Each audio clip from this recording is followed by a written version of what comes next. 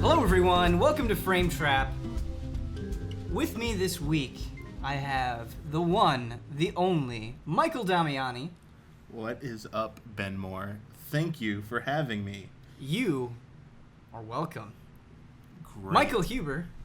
I like Jared Leto as Joker. Controversy already in the first minute of the podcast. Bradley Ellis. Phantom Hourglass is trash. All right, I like this man. I agree with that. We're going to get along. Huber, did you see the IGN interview with Jared Leto? Yeah, it was like really weird. Really Yeah. weird. Is We this all role, die, man. Yeah, is like this. Is he turning it on, or is this role like actually killing people? I don't know. Jared Leto, I don't know if I could hang out with that guy. It might be a little awkward. Maybe like a good 10 minutes. Sure. Then you're like, all right. I bet it would be that's entertaining. enough. Yeah. Yeah. But like only so much. Yeah, Leto. only so much Leto. Only so much Leto. Well said, Brad. This is Frame Trap. I know a lot of people think the name is silly, but that's the whole point. If this is your Who first thinks time, the name is silly? a lot of people are like, "Why do you call it Frame Trap?" But it's all right. It's okay. We're not going to let any negativity into this space Frame right Trap. now. But I just wanted to bring that up because if this is your first time watching Frame Trap or listening to Frame Trap, if you're listening to the audio version, it's very casual. We talk about what we've been playing. We have one big heated conversation over a specific topic, and then we go into user emails. So it's sort of fun, rambly, and positive. Those are the three tenets of Frame Trap. I just made those up.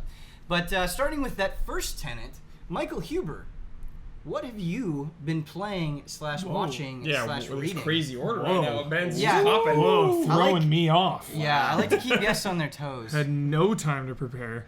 Or I meant to say Michael Damiani and Michael Huber came out. Oh, Yeah. Which one of those is the truth? It takes a big person to admit their mistakes. Michael Huber. Yep. Michael, I forgot your last name. Let's go, Huber. Well, because, All right. okay, I don't normally call Damiani Michael. Michael. Yeah, no and one does. so it was, it was throwing me off I have a little friend bit. like that. All right, so you do want me to start? I can start. All right, if that's we'll what you start really with meant. Damiani. We want to go with the creator intent here. yeah. What's the creator? The creator does not know his own intent, but All right. Damiani, please All right. start. So let's start with. I want to talk about two games. I'll start with the first. Just finished playing through Phantom Hourglass. Garbage. So let it sink to the bottom of the ocean. The end of the Wind Waker. The wish should have been wash away this filth and From the let it timeline. never see the light of day again. Holy crap, that game. So it has a few brilliant moments. Like, I still think the ice temple in that game actually is pretty good. The ice dungeon was actually legitimately good. So you got And the one puzzles. good temple. And then there was one part in the last dungeon that I did, not the Temple of the Not the Ocean Ocean King, King. but the one in the where you go to like the Egyptian ruins type place. We got to meet the brothers. I forget all the names because I just stopped caring about Phantom Hourglass lore about 10 minutes into that game. It has some good ideas in it, but an overwhelming majority of the game is just not Boring? fun. It like the dungeons lack that kind of atmosphere and theme for the most part that you expect from Zelda dungeons. But the biggest sin it commits to me is just, and I had concede it might be playing it on the Wii U version with the gamepad, like the touchscreen crap might be weird, might be my gamepad, but its precision was like trash compared to what I would remember. That was on the DS version also. Okay. Well, I seem to remember the DS version not being as bad for some reason. Like, I still had issues with it, but not to the level that I was like getting so angry that things weren't working. I'm like, I was okay. I was dying in like boss fights because of it. Like, just so the things that suck about it, they could do this. I don't get why they're doing it. Give an option to move Link with the D-pad or something. Like, really? You gotta make me touch the screen? And then you can use all the items with the stupid drawing the stylus thing, but why the hell are sword slashes? Dude. Like, to make a line on the screen. I hate that. It drives me insane. It's just bad. And then the rolling is drawing a circle. It's like... That was the worst one for me. was Yeah, the it's rolling like as the it drawing never circle. worked. Like, there was one direction I could never do. It was like, I hate you, game. I can't draw a circle this way, whatever. I'm like, So anyway, not a good game. Very average to maybe like below average, possibly. Like, What would you give it? What would Sits you give around it like now? I said on the stream I'd give it between a 5 and a 6. Honestly, Yeah. It's Yes. not the worst Zelda in my opinion, but it's definitely Whoa. bottom tier. What's your wait? Oh, I hate Triforce Heroes. That game is trash. I Okay. cannot stand Triforce Okay. Heroes. That doesn't count. You know, That doesn't count. Okay. It's not really a main line. It's It's not not a main main line, line. yeah. Okay, it's not a main line. Yeah. you know when a game controls really, really well, and you just kind of sink into it, and you never think about the controls. Like I know you're your, thinking your about Bayonetta actions. right now. What's that? I know you're thinking about Bayonetta right now. I mean, I'm always thinking about Bayonetta. Bayonetta is a good example, but there are other good examples where, like, what you're thinking directly translate to what you're doing with your fingers. Mhm. And I feel like with Phantom Hourglass and Spirit Tracks as well, I always had to think about what I was doing. I'd be like, okay, wait, no, I need to make this. Like, it just, Yeah. despite playing it for more than 10 hours, it never really felt like I got in tune with it. And I seen I reviewed Spirit Tracks for Game Trailers. I thought Spirit Tracks was better than Phantom Hourglass. It It I is. do want to go back now. I hope they put it on Wii U Virtual Console as well, so I can do that, replay it on stream, because I want to just reconfirm that it's better. But at the same time, like, I constantly tell people this because now, it's been years, we're no longer GT. I tell everyone, like, the only reason Spirit Tracks got the score it did was because of our bizarro scoring system back in the day, which was if you reviewed a sequel of a game or a game in a series and you said it was better than said game, even if you weren't the one who reviewed the original said game, it has to get a higher score than it. So because Phantom Hourglass got like an 8.8 or an 8.9 like game trailers, I had to give Spirit Tracks a 9.0. It was like that was the only time I was happy we had a decimal point system, because it was the most marginally incremental higher score I could give it, and it was still like an injustice. I was like, this game is not a 9. I was like, no. Spirit Tracks is like better, but it's like just not. That is I was like, corrupt system right and Yeah, there. that is a yeah, it corrupt was not system. not a happy day. Like Dude. I remember having a talk with someone about, like, do I really have to give it the scores? Like you can go try and argue it, man, but like, what's gonna be said. Like, it's gonna have to get the score. And I was like, I hate life. I had to write one sentence in the concluding paragraph because the review didn't like the tone at the end doesn't really justify the score, but you say it's better, so we need like something a little bit like more positive at the end. I'm like, Corruption. I was like, I'm not writing that sentence. Corruption. Someone else writes the sentence. I'm not writing that sentence. Someone else can write it. Who wrote it? I don't know, to this day. Someone had one sentence. Daniel in there. Bloodworth. Wait, canon. that betrayer. the betrayer. To be fair, Daniel Bloodworth has never swayed one of my review scores ever, out of Yeah, no. 40 reviews. The only time Blood and I got, he wasn't disagreeing with me. I just remember the look on his face when he's like, Bayonetta 2, 9.8. Are you sure you want to do this? I was like, Are you sure you want to do this? Are you sure? Yeah. It's like the Mega 64 documentary about game journalism. You're gonna give this game that score? Are you sure about it, man? The fallout from the internet. but yeah, it was surprise more than anything else. The other game, enough Zelda talk. So yesterday, I decided to play through the demo. The full release comes out today of something called Another Metroid 2 Remake. Dude, I saw you playing this. Yeah. So it is, you can call it HD, whatever you want to call it. It is a fan remake of Metroid 2 in style of Zero Missions graphics, I would say. Yeah, the visuals looked Yeah. Oh, really. really? I played through the Like demo, this. and when you say demo, it's everything but the final boss is the demo. And I was like, what?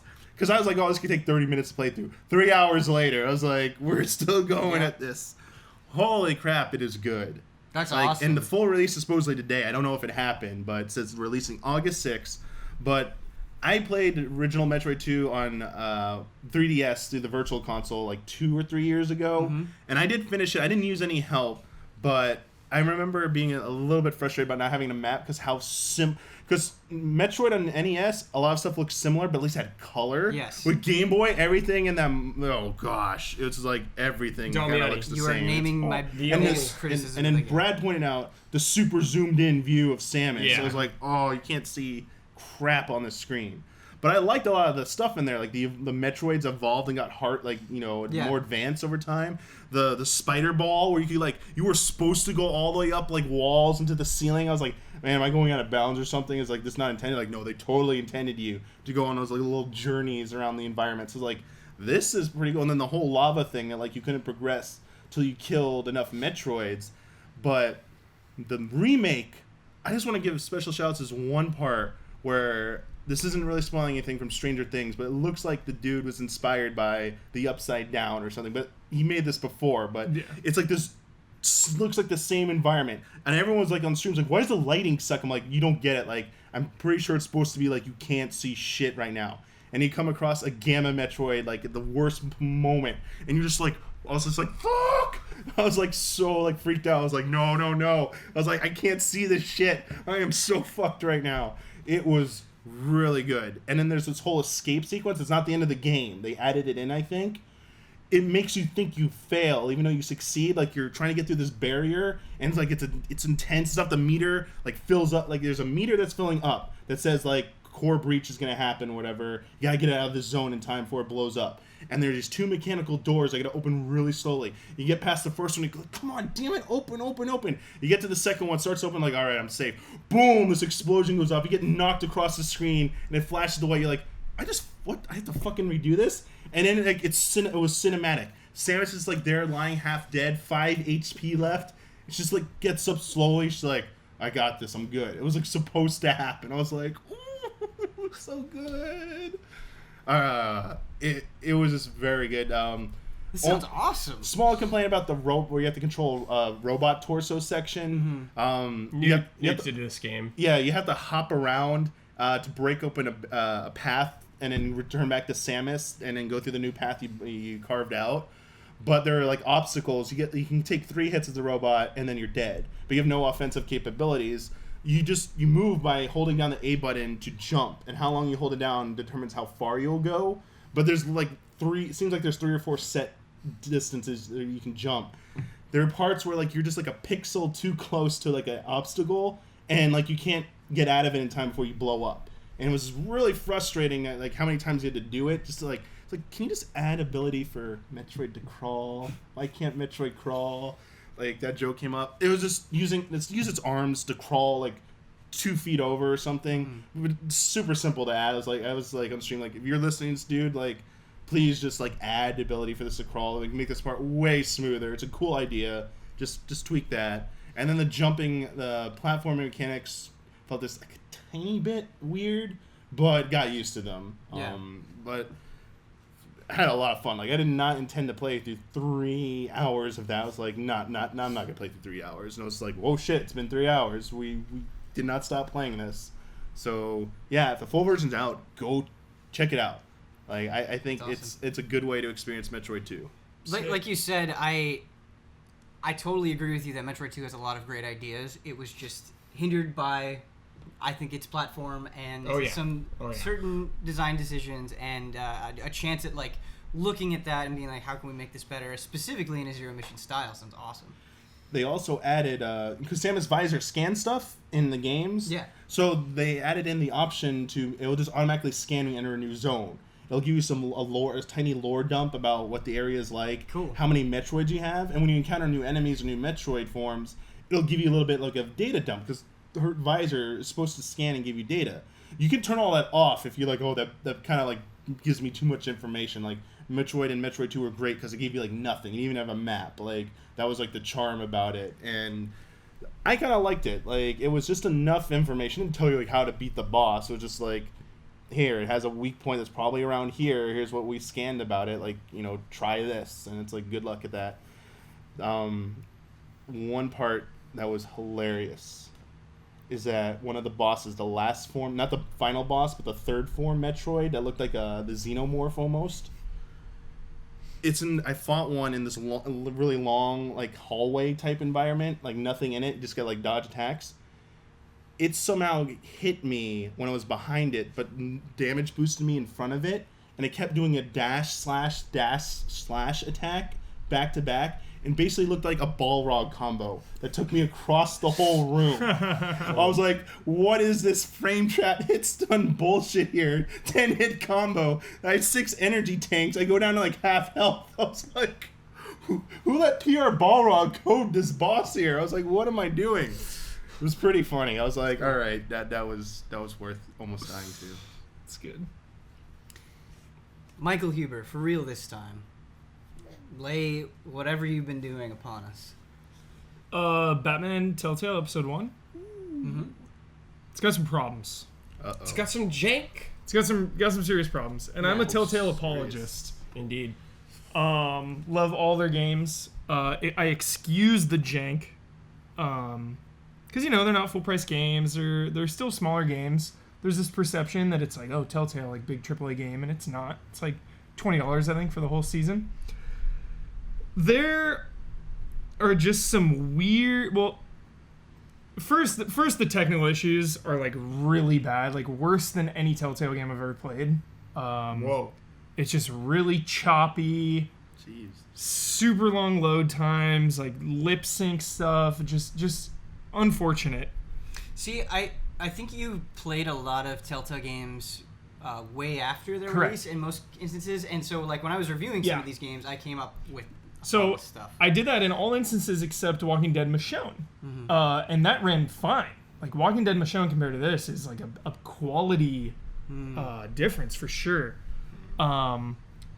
And the biggest thing I want to talk about is that when we had Walking Dead and we had Game of Thrones and for me even Tales from the Borderlands, I hadn't played good games in those series. That's not a knock on Borderlands. I just don't care for it.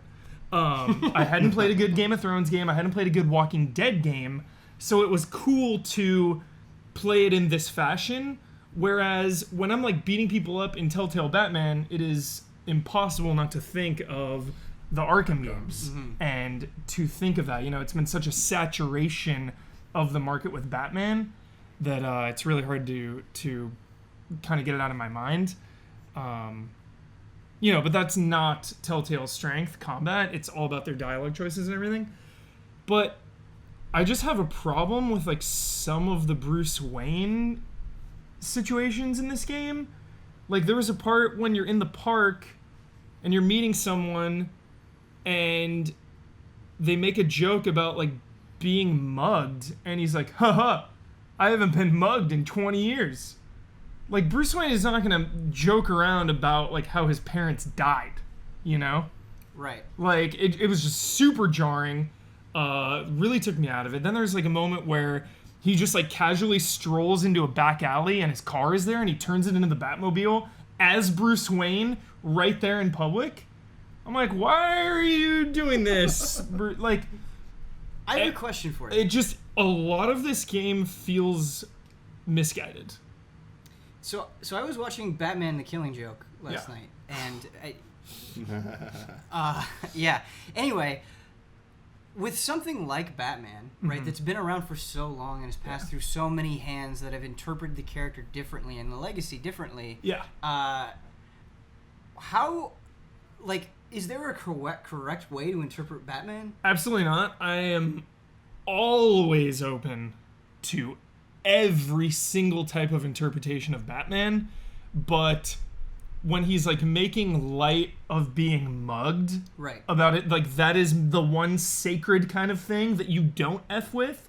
Like I would never see Batman joking about that ever in my life. I mean, if you can defend it in a logistical way, or like if you can show me why he said that, Yeah. and give me a reason for it, I'm open to it. But at this point through episode 1, that moment was bizarre. That and when you said the Batmobile thing, even if you remove the character of Batman, it just sounds like a stupid thing for a hero to do. Yeah. And so Broad just on daylight. its own, it's dumb. Yeah. But, we're not going to go into spoilers. They're doing some cool things with villains that are their own interpretation, which I really like. Yeah. Again, it's only episode 1. There's still 4 more to go. Telltale is all about the culmination of choices. And there's some cool decisions you can make, obviously. But, just some weird things. Like, cops came into a room. Then I, said some dialogue. And then they came into the room again. Just, really, really janky. Really funky stuff going on. That is unfortunate for now. Especially coming off the highs that I've had with the lukewarm received Game of Thrones. I absolutely loved it. Tales from the Borderlands, Wolf Among Us, all the Walking Deads. I love these games, and I love Batman. So it's like a match made in heaven for me. But the technical issues and kind of the weird Bruce Wayne comments kind of took me out of episode 1 so far. Would you say this game was not ready to come out? Yeah, it seems maybe a little rushed. Maybe should have waited a little bit, Telltale, your engine seems outdated and It's really, been outdated for yeah, years. You know, I would appreciate it if they maybe polished that up or invested some tech. Well, You know, I can't really speak for their business model. That's not really my element. But, you know, when you see a Yeah. door smoothly close, and then 1 second later, like a guy like choppily turn, it's just so inconsistent that it is hard not to be taken out of it. I totally agree with you that the engine needs an update, but before The Walking Dead Season 1, some of the games they were making, specifically like Jurassic Park, you could Yeah. tell they were trying to find their technical footing, and it seems like, you know, say what you will about the bugs and things, but they found something that met a high level of success with Walking Dead, and so I think from their perspective, it's like, okay, this is working, we're just going to keep doing this. Yeah. And so I think maybe that is creating some sort of tunnel vision. But Yeah. yeah, they do need an update. Another question I have for you real quick. I haven't played this yet. I have it downloaded on my PS4 and I haven't gone through it. I will, hopefully this weekend. But I was reading some reviews and they were saying, you know, it is kind of Batman as you would expect, and my favorite Batman stories are the ones that sort of add a new piece to the Batman puzzle. Would you agree with those comments, or do you think that's not really relevant, or how do you feel? Again, it's episode 1. I can see how someone would say that. And again, there's some little nuanced lore changes that I appreciate so far. You know, and I shouldn't have even brought it up because I do hate judging episodic games before I've had my fill of it all. But for me, it was a little bit of a rough start, little right out of the It's gate. fine. You're only judging episode 1 at this point. Exactly. So, you know, we'll see where it goes. So again, I can't stress that enough that the story whole, I like the direction it's going, but some of the minor things, again, like what Bruce Wayne said and whatnot, are kind of rubbed me the wrong way. And, you know, I think it would especially rub you the wrong way, whereas something like Tales from the Borderlands or... They can say Game of whatever the Thrones- hell. Yeah, like, I don't you're just... care. You like those Yeah. properties in most instances except for Borderlands, but, like, Batman Yeah. is sacred to you. Yeah. So you are going to notice Yeah. the little things that maybe Yeah. a casual fan may not Yeah. pick up on. And I love it all regardless. Like, it's still Batman. You know, I'm a Telltale apologist second and a Batman apologist till death. Like, you know, unless Bruce Wayne comes out and says, my parents, whatever, you know, so be it. Unless he blatantly says that, like, I'm all in. So, yeah. What else you got for us? I know Batman Telltale is not the only thing. I have 1.5 things, like I usually do, 1.5 more. Abzu. Mm-hmm. It's fine. It's fine. Well, you and I had a conversation about this, and I think the way that you phrased it to me is a good summary. So, Yeah. So you said it is Journey Underwater. It basically. is. And I'm not trying to be too reductive Yeah. here, but Like, Austin Wintory soundtrack, phenomenal, but like almost so beat for beat right. to Journey that it's, you know. So they were like, let's do Journey again. Just Yeah. underwater. Which isn't a bad thing, you know. First person shooters, like, let's do shooting again, let's do platforming again. Like, you know, if you love Journey, you're gonna love this game. Sometimes for me, ambiguous narratives are over my head. Sure. You know, I have nothing against them. I'm in maybe the minority probably the majority. I don't know. Who knows if it's majority or minority? I like both. I like ambiguous stories, but I like when a story is kind of told to me through a person's perspective. What I really don't like is when a game has an ambiguous ending and you come out and criticize it, and then a bunch of people say, well, you just didn't get it. No, sometimes, like, just because a game's ending or anything's ending is ambiguous does not mean it is free from criticism or that the person didn't understand. Like, you can not like an ambiguous ending and totally be justified Yeah. in that belief. I feel like I understood it, but I mean, I felt so much with Journey, that it just stayed with me so long. And then when Abzu was done, I was kind of just like, okay. Definitely a game you don't want to rush. Maybe I did kind of rush through it because I'm so busy right now, and you know, I was like, oh, it's only a couple hours. Maybe I'll just try to plow through this. definitely try to enjoy that game in a very specific type of setting, like nice hot summer day, cool breeze, take your time with it. Like, it is a game that you do not want to rush through, and you don't want to get through it just to get through it. It's a meditative game, so maybe I just wasn't in the right mindset to fully enjoy it, but it's a cool game. Sure. In defense of Abzu, even though it may not be as monumental as Journey, there aren't very many Journey-like games. Yeah. And so, in a way, I sort of appreciate that. Just something that you can kind of get into, explore, and it's leisurely and, like I said, not revelatory in the same way, but still an enjoyable, relaxing experience. Totally. It's cool. Just don't expect some, crazy epiphany like Journey was. I think maybe I was kind of expecting The expectations. an end-all, be-all moment. Just take it for what it is. What you think that game is, it is. I feel If like that a makes lot of sense. what we're saying could potentially be applied to No Man's Sky. Yeah, seriously, right? Totally. Yeah. Just don't expect too much. And it's a very soothing game. And playing it too, I feel like I've been harping on it, which I definitely don't want to do, but something positive about it I love about video games is that they can be so radically different. Like, this is a game where I'm just swimming underwater. And I just thought to myself so many times, like, this is what it's all about. This is what I love.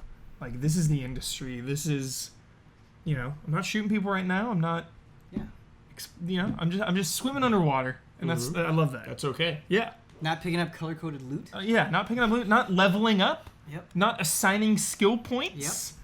I'm just freely exploring. Can't prestige in Abzu. And lastly, really quick, public service announcement. Damiani's here. He's going to back me up. Damiani, I feel like no one is watching the night of, and it is upsetting me right now. Like, True Detective caught on in this crazy fervor zeitgeist, everyone week to week, like Game of Thrones levels, and when I bring up the night of, people are like, huh? What is it? I have a theory why that is. What's your theory? What's the theory? Yeah, let's hear the I was going to theory. say something, but you go your theory first. So True Detective Season 1, Yeah. It was ripe for memes, right? Like, the things that came out of Matthew McConaughey's mouth, Yeah. you could post on the internet and make fun of and do stupid things with. And Yeah. I think, I'm not solely attributing to this. Obviously, True Detective Season 1 is amazing. Yeah. But I think sort of that internet culture sort of latched on to True Detective Season 1 and maybe gave it a broader signal than it otherwise would have. I agree with that because the night of definitely does not have Matthew McConaughey. Oh, it does not. Yeah. But it does have...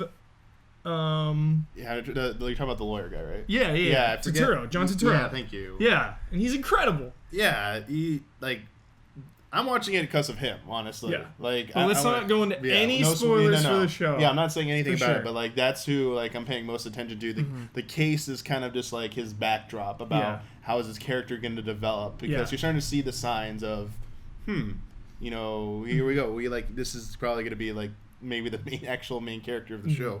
I know they did a lot of push for this on like HBO to like, hey, this is like a limited series thing, like you want to check it out. But I don't know, like just like you mentioned True Detective. I mean, yes, it had like the Matthew McConaughey like quotable stuff that became like memes, but at the same time they did huge marketing for True Detective, and they had like big name actors. Yeah, Woody Harrelson. Yeah, Woody Harrelson and Matthew McConaughey, like for sure. I'm going to see these two guys together. Yeah. Like, okay, this sounds kind of cool. And Night of, I think it's really good, but I think it's one of those things for whatever reason it's hard to get people in the door for that.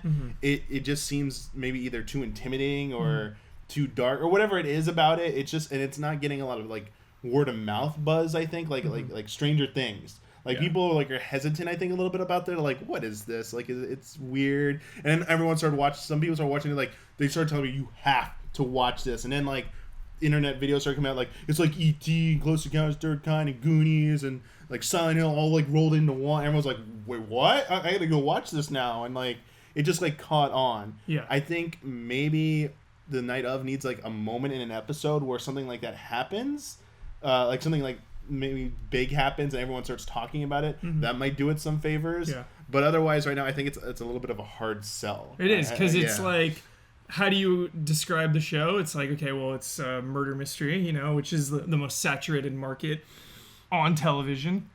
But I just want to say, first, watch the first episode, and you're gonna be immediately hooked. Like, you watch the first episode, you're in. Yeah. But just to end it, it is one of those shows where the week-to-week mystery and discussion I have with people who are talking about it is the highlight of my week. It is my favorite show for sure on TV right now, and those discussions for a show to come out and have those type of deep, crazy conversations week to week is so rare. It's like Lost, True Detective, Game of Thrones to an extent, you know, like what the hell is going to happen.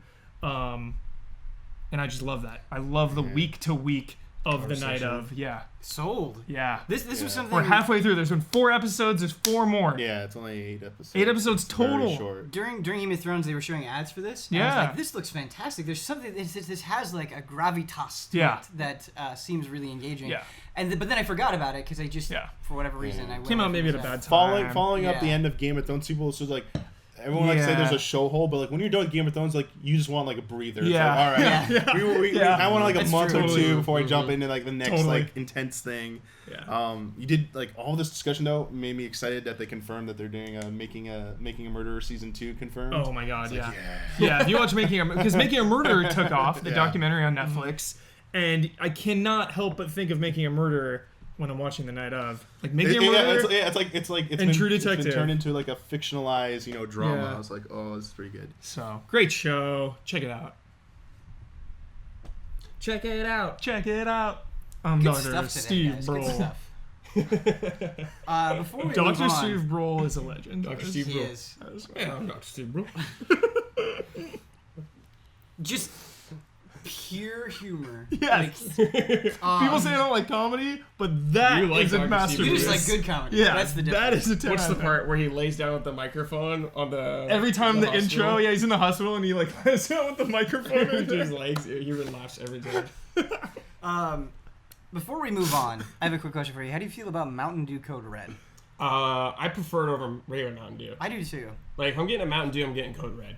If I'm getting Mountain Dew, I'm getting Baja It It Blast. gives me that. Baja Blast. I think Baja Blast is Okay, the Baja best. Blast is the Baja best. Blast Yeah, wins. but, Sorry. It's a little more rare, I feel like. Totally, Like yeah. Code Red, easy find. I want to Yeah. throw down the gauntlet right now. You gotta go Every Taco time I Bell. bring a Baja Blast, a wave of people, I don't know where they come from, they say Pitch Black is top tier.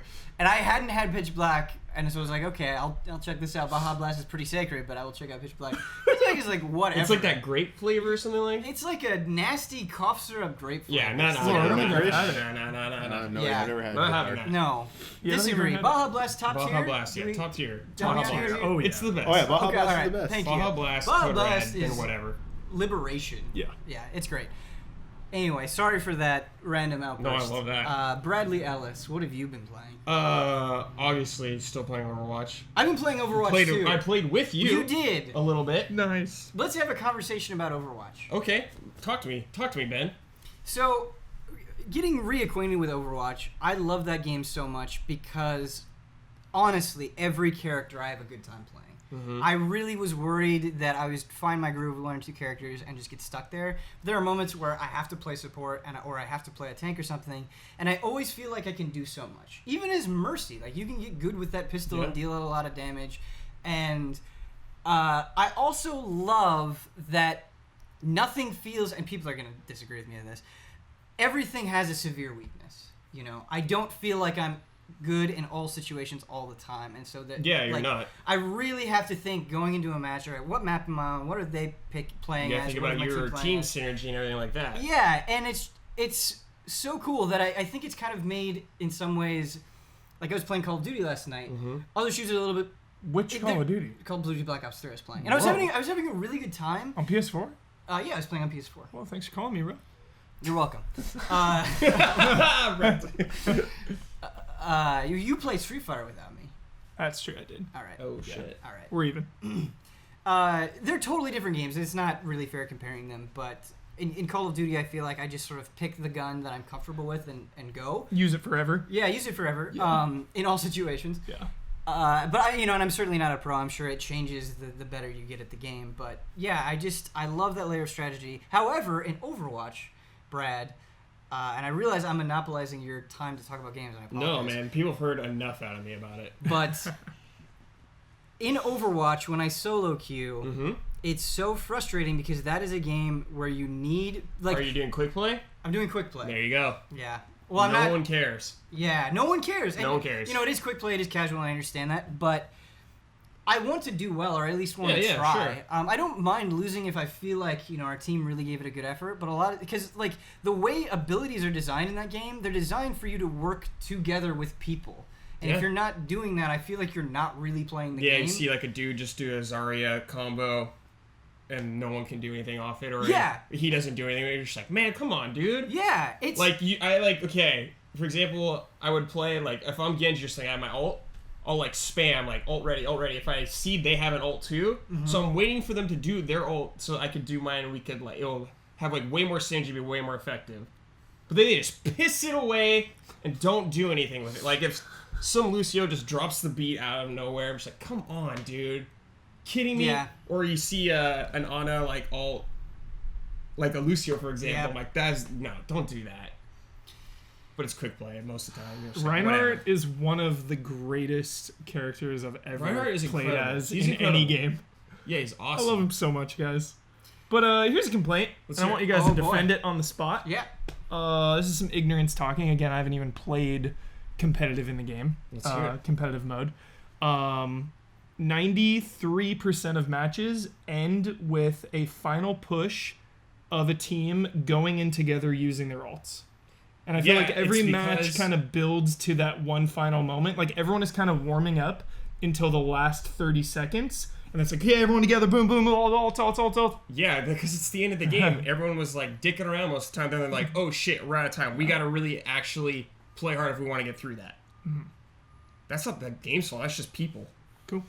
I've definitely fallen into ruts where games feel similar, but I think it comes back to that sort of lack of coordination. Because when I'm playing with people that I know, and I'm playing with a group of 6 people total, and we're playing against a group of 6 people that know each other really well, the tempo of the game completely changes. Where they'll have a strategy of we're gonna get in immediately, use some cheese strategy to rush and capture the point super quickly. So there's not even a chance to have that sort of final push.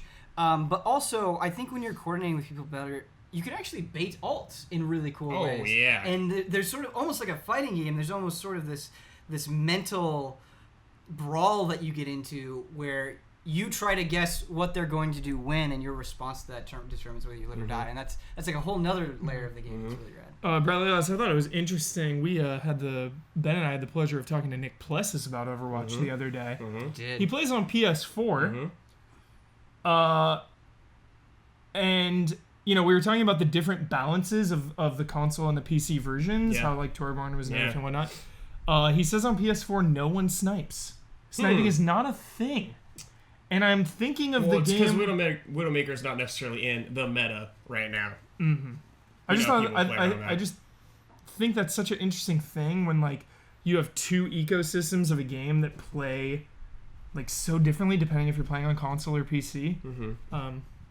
Yeah, that kind of strikes me as weird that they're still, unless I'm being ignorant here, they still haven't added crossplay, PS4 players can't play PC. You get destroyed if you play PC people. No, I know, but you could still use a mouse and keyboard on your PS4. Yeah, I'm just saying, but I bet 90% of people wouldn't anyways. Then you get people complaining.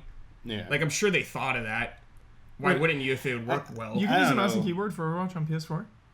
I don't know. I don't know if it'll... You can use it on Final Fantasy 14. Okay, yeah, I mean, if it works on... And it's discussed the PS4... Time to go to work. Yeah, you gotta clean up. It wouldn't... I don't know. Maybe the game restricts it. I don't know. It could be, the system supports it. If some people could use... I bet you can't... I don't know. Correct us if we're wrong, but... That's so weird. If you could use a mouse and keyboard on PS4, that would create the same problem as crossplay, so that wouldn't make any sense. That's bizarre. Yeah. There's probably no way. There's no way. Yeah. There's no way. It's just weird to me segmenting your I get why they're doing it, but at the same time, it's just weird. Like, does the community ever complain at all? Is there any there's no always, backlash at all? There's always an underlying demand for that. I've heard maybe You always have that one guy in the internet out of a forum. million say, "Could I play with?" Like, you just use the PC?" queuing up. Maybe they could have a filter saying like console only or something like that. If you really wanted, like, I want to play against people with a mouse and keyboard, I want to get obliterated. Then here's in casual mode, quick play. I think if they do that, they'll have to deal with Sony and Microsoft more about everything they do. So like if it was crossplay, like for example, stuff comes out on PC usually first, then consoles, because they don't have to go through Sony or Microsoft like that. And if they did that, they'd probably have to delay everything across the board. All right. Yeah, I mean, I get for why a shooter, it makes sense to have that like segregation. Yeah, I mean, for Final Fantasy, it makes perfect sense. Any MMO, it makes course. sense to like not segment your audience. So yeah, of course, I got it. Quake 3 Arena on the Dreamcast. You could use a mouse and keyboard and play online against people that were using controllers. And it was hilarious! Oh my god. That's really cool. The thing is you're playing with the Dreamcast controller anyway, which doesn't have 2 sticks. Yeah. Right? Oh my god. Oh, it was a mess. Yeah. I want to talk about the update they did recently. The Summer Games update. So the Olympics take place in that universe now in Rio. So they added like a bunch of new skins, bunch of new everything for everybody. They added a weekly brawl this week called Lucio Ball, which is pretty much Rocket League. Yeah. But you're Lucio, you're skating around. It's 3-on-3, you're skating around. All Lucios? Yeah, and you're shooting the ball into the net, and there's like things you can jump off and get air. But I have a complaint with, because a lot of these items you can only get for a loot box. So like, if you have gold, you cannot get the items with your gold, which you usually can for everything else. Mm-hmm. So like, there's like an awesome Olympic skin I want for a character. Yeah. Can't get it unless $10? I do. No, unless I get it in a loot box, no matter what. Oh, it's in a loot box. I can only get it that way. I cannot use the in-game currency to get what you can with everything else. Oh, okay. So yeah, I read something about that like people are complaining because people want to collect everything in the it's game. like, I want this. Say like it's just might not be possible because it's a timed event that they might not be able to get everything. I saw Blizzard's response to that's not the point. Like, you're not supposed, or I don't know if I'm getting it right, but they basically said like, listen, like, you don't need to get everything. Like, and we might bring the event back next year. We might extend it. Like, that's like stupid. they were like, chill out for a bit. Like, we're looking at that's really bad planning on their part. That's a really bad excuse. I mean, do you feel the same way if they're like, we're definitely going to bring it back next year and you have another shot? But it's like, it's for the Olympic Games going on right now. Sure. So wait, you get one box? No, every time you level up, instead of this normal loot box, you get the Summer Games loot box. And right now. So I can't get normal skins right now if I level up? No, you can. No, you can. But there's a chance that it's in there. Correct. Okay, I get it. You can't use any other means, like no in-game currency. So if you saved up a lot, you can't use that to try and get more. I have money that I can usually buy stuff with, but I can't buy. Are you getting double loot boxes when you level up now? You get a summer one and a regular? Just the summer one. Just one.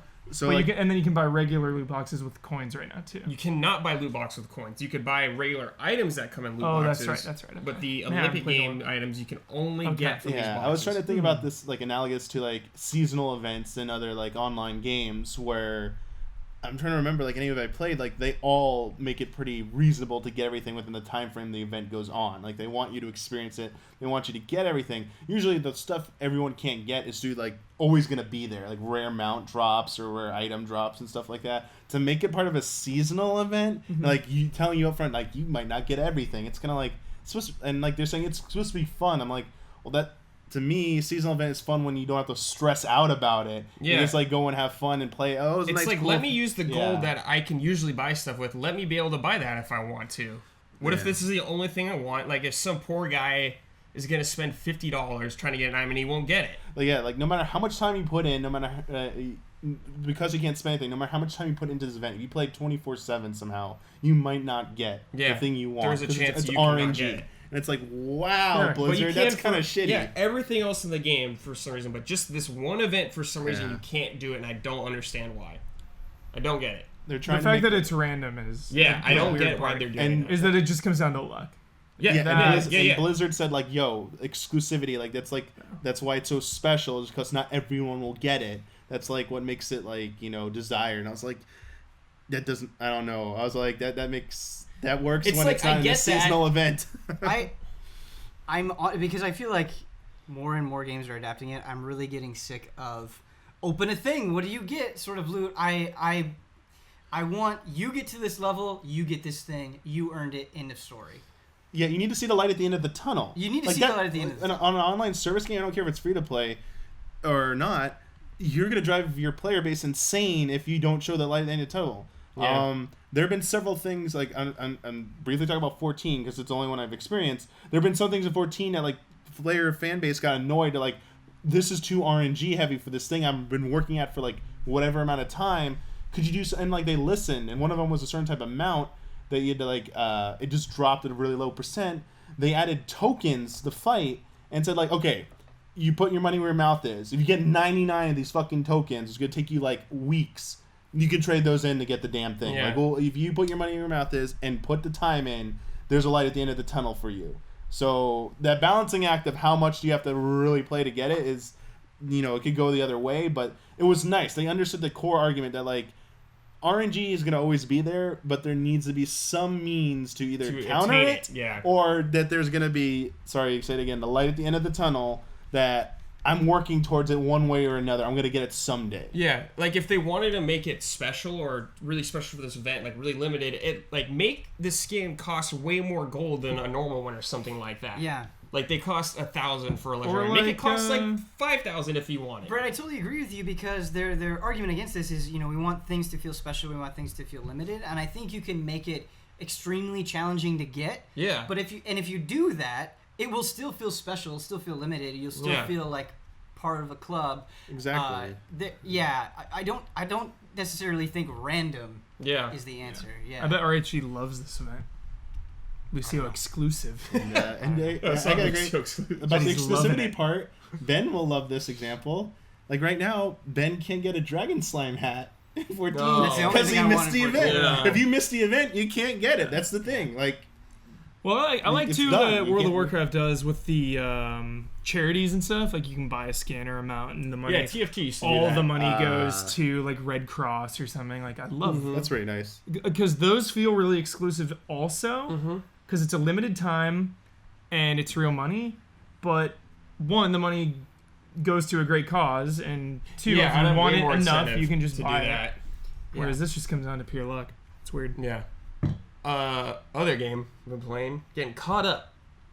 World of Warcraft. Oh god. The Here we go. pre-patch God. came out. Getting caught up to dive into Legion. People have been extremely excited about this pre-patch Mhm.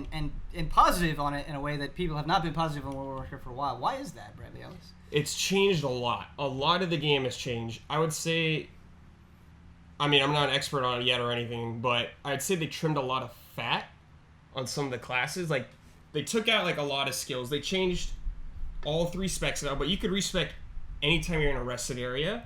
It doesn't cost any gold. So you have Nice. you can Oh. experiment and try out new things while you're doing. You could, like, switch, like, out in the world, you could switch your spec. Do you feel like the various specs are now all more viable? Kind than they of. were I've before? only really dabbled with Rogue, so Okay. I'm still tampering. Like, I would say it's harder for me to figure out which spec is more viable on like a class that only does DPS. So I'm trying to figure out what it does best in like certain areas like that. So I've been toying around with things like that. But I won't like. It's hard to tell for sure until you're at the expansion design. You're at the max level. Because there's like PvP talents now that you only use in PvP that I can't use that. You have to be 110. And I haven't been able to mess around with any of them and stuff like that. Gotcha. But they got the new Transmortify system. So pretty much how it works is old Trans was you get an item and you could change your gear to look like that, but you have to keep the item. Now if you get the item and it's added to like your Transmortifying, like I forgot what it's for like a closet or something like that. So Your it's, transmorph it's box. saved to your forever. account worldwide. Yeah, So I don't have for to. all your characters. I don't have to keep all Oh, this that's- trash anymore. Correct. Just to, Man. Yeah. Correct. That's pretty good. It's really clean and Yeah. nice, That and is it tells you where to get each Okay. item too, and like where awesome. it drops. oh, so they put it. Okay, that's So great. like Yeah. obviously I go to axes. There's 16 pages of axes. I'm like, all right, which one? Yeah. And it's like, oh, this one. This one drops here. I'm there. Nice. I'm going. I can just envision your character in WoW. Like, you know how most people have a closet full of shirts and like pants and stuff. You open it, it's just axes. yeah, axes. I still use the like PvP axe from like so long ago. It's like Cataclysm maybe. Okay. I love that one. like never change. But yeah, I just been dabbling around trying to get like my bearings refreshed because we play 14 every now and then for stuff at work.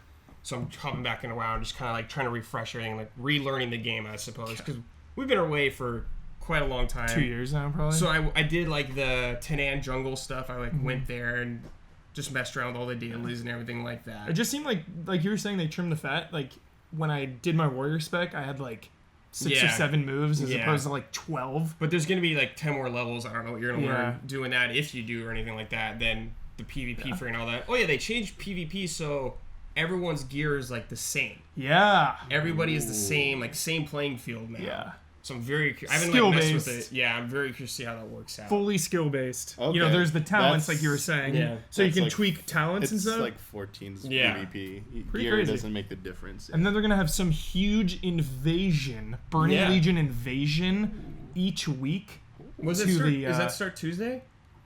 Because the Demon Hunter comes out Tuesday. Demon Hunter's It comes Tuesday. out early. I think the event is like Thursday or Friday. Okay. But it's a world event, similar to. Were they Fates? Fates? in Yeah, 14? yeah. Similar to Fates, you go there, you see the progress meter, like everyone's attacking Okay. it, That's and then you cool. can earn like mounts and gear and sets, and Nice. it gets progressively more intense leading up until the launch of Legion.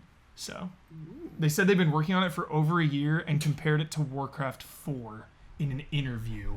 Obviously, they're not saying it's Warcraft RTS, but they said there's RTS light elements. And that it is very reminiscent of Warcraft, like RTS Hyping style, that up. with like armies and stuff. Probably a little Getting hyperbolic. tomes of strength. But they said they've been working on it for over a year, which blows my mind. Like just that event, not Legion. They're like, yo, just this event we've been working on for over a year. Well, they have been doing something because nothing's been happening in that game for a long time. Yeah.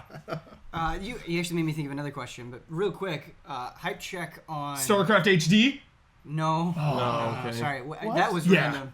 Did you hear about this? Wait, what? Yeah. The rumor. Rumor that StarCraft HD is coming out. That's amazing. That's Yes. amazing news. From Blizzard, just visual upgrade Game of the plays year. exactly the same. There's like some event coming up in a couple weeks that they said they might release information about it, and then more at There's BlizzCon. rumored for Warcraft 3 Because also. I love the original StarCraft story so much, so to see that get a modern treatment, oh my god, that would be Rumors right now. Rumors. Come back. Yeah. Sorry, Ben. I cut you hype back. check. Check your hype. Not on StarCraft HD, but thank you for bringing that up.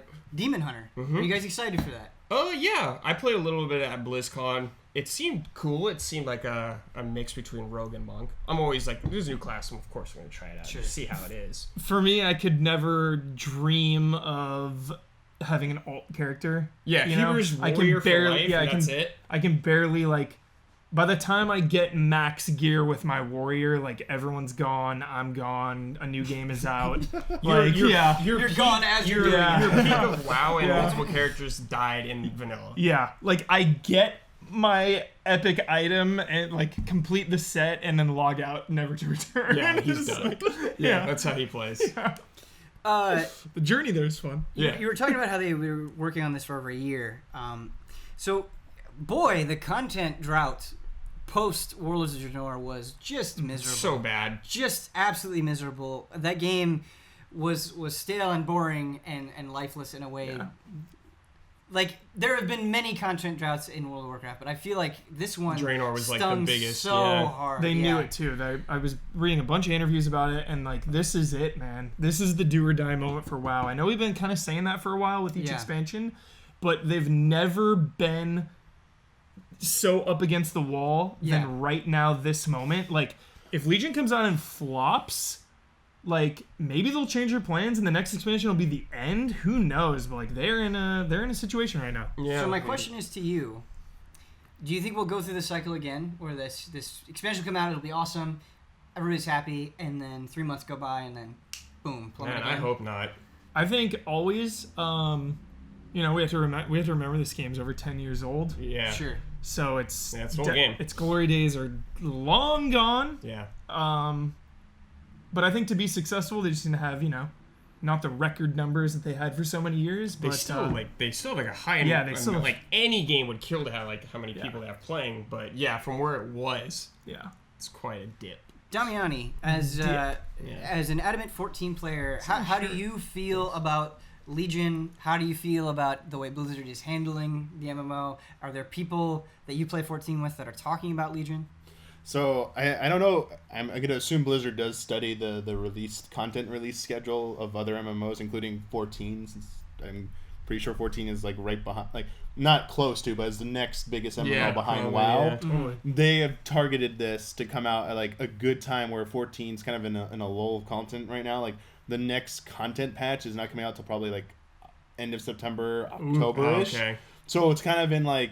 They did release like the stuff that we're doing right now for our show. Yeah. Like that, like their mid content patches, but it's kind of like winding down right now into the part where like either people are trying to just do their catch up, but most of the people have done everything.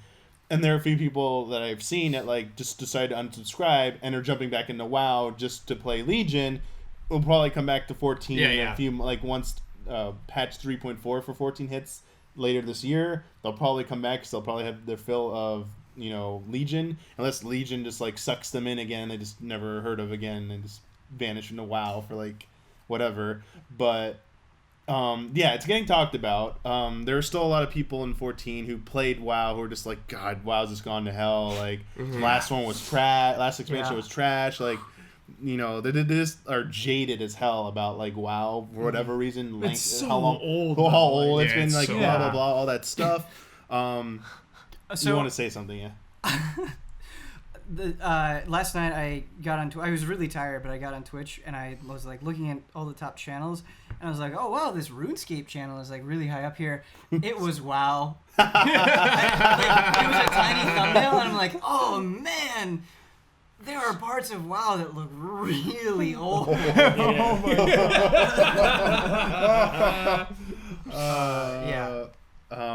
the patch is coming with new graphics, right? I think so. I think It's getting a facelift. like the newer zones will probably look better than the old ones. It's getting a shot of Botox. They do that with like every expansion, I feel like now. Besides the graphics, the one thing I do hear people talk about with WoW is the drought. You just mentioned this content drought, where for whatever reason, 14, they decided to go with every 3 to 4 months you get a content update that people said is like close to what like almost half of what a WoW expansion gets each time is how much like a content patch in 14 has. Can you give me an example of like what you get? So let's go back to the beginning. This is probably the easiest thing. So like when A Realm Reborn came out, its first content patch. It came out in December, and the game released in I think end of August. So that added in 3 new dungeons, added in the extreme primal difficulty. It added in the first 24-person raid, Labyrinth of the Ancients. Each content patch usually introduces all content patches introduce one new primal fight. They usually add in one new side activity, like Palace of the Dead was an example, one that came midway through, but they've added like the Diadem, which was like the Jurassic Park island thing where you go around and kill dinosaurs and like for loot and stuff like that.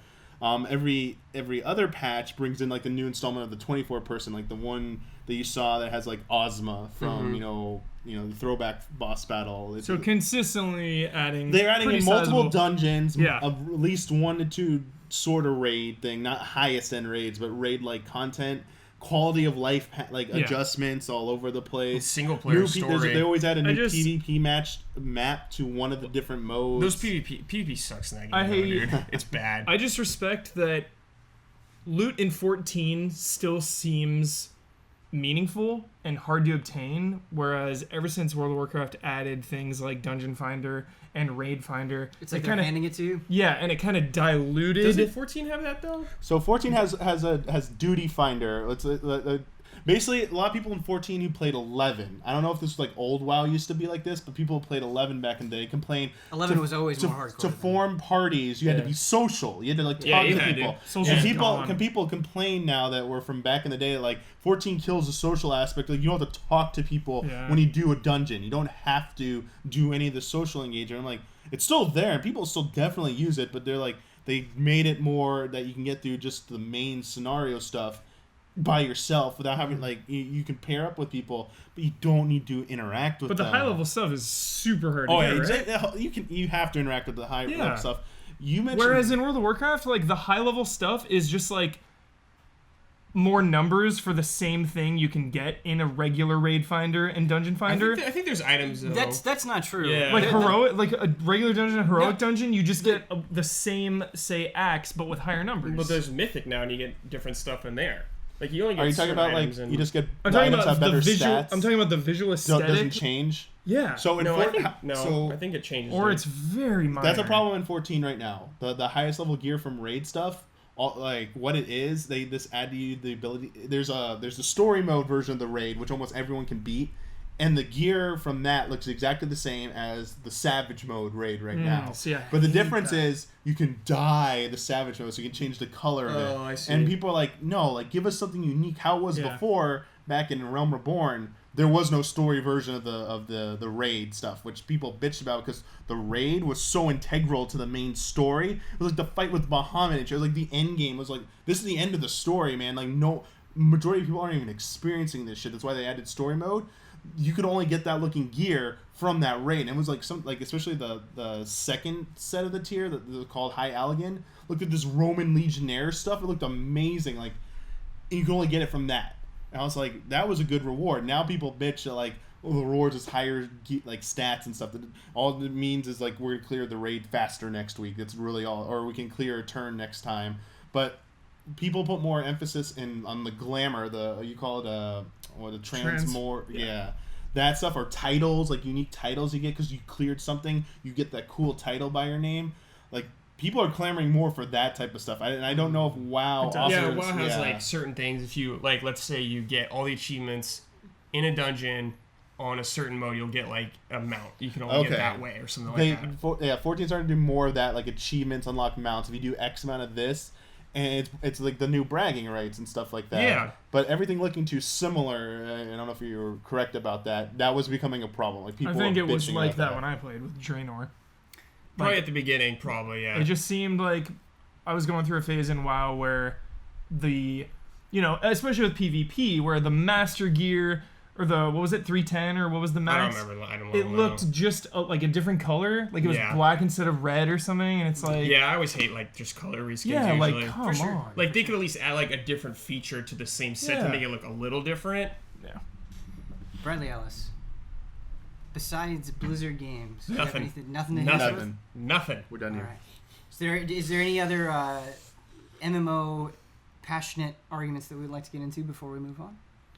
Make me care about loot. Sure. Meaningful loot. Loot. I want to play Star Fox Zero, I do too. I've been thinking about haven't Star played it Fox yet. Zero lately. but Yeah. everyone tells me it's not good. Yeah. You can borrow my copy. Okay, sweet. So I'm going to do something a little bit different. I also have a movie to talk about that I hinted at earlier. Batman: The Killing Joke. Oh god, here we go. Did you see it, Huber? Yeah, I watched Oh it. god, here we go.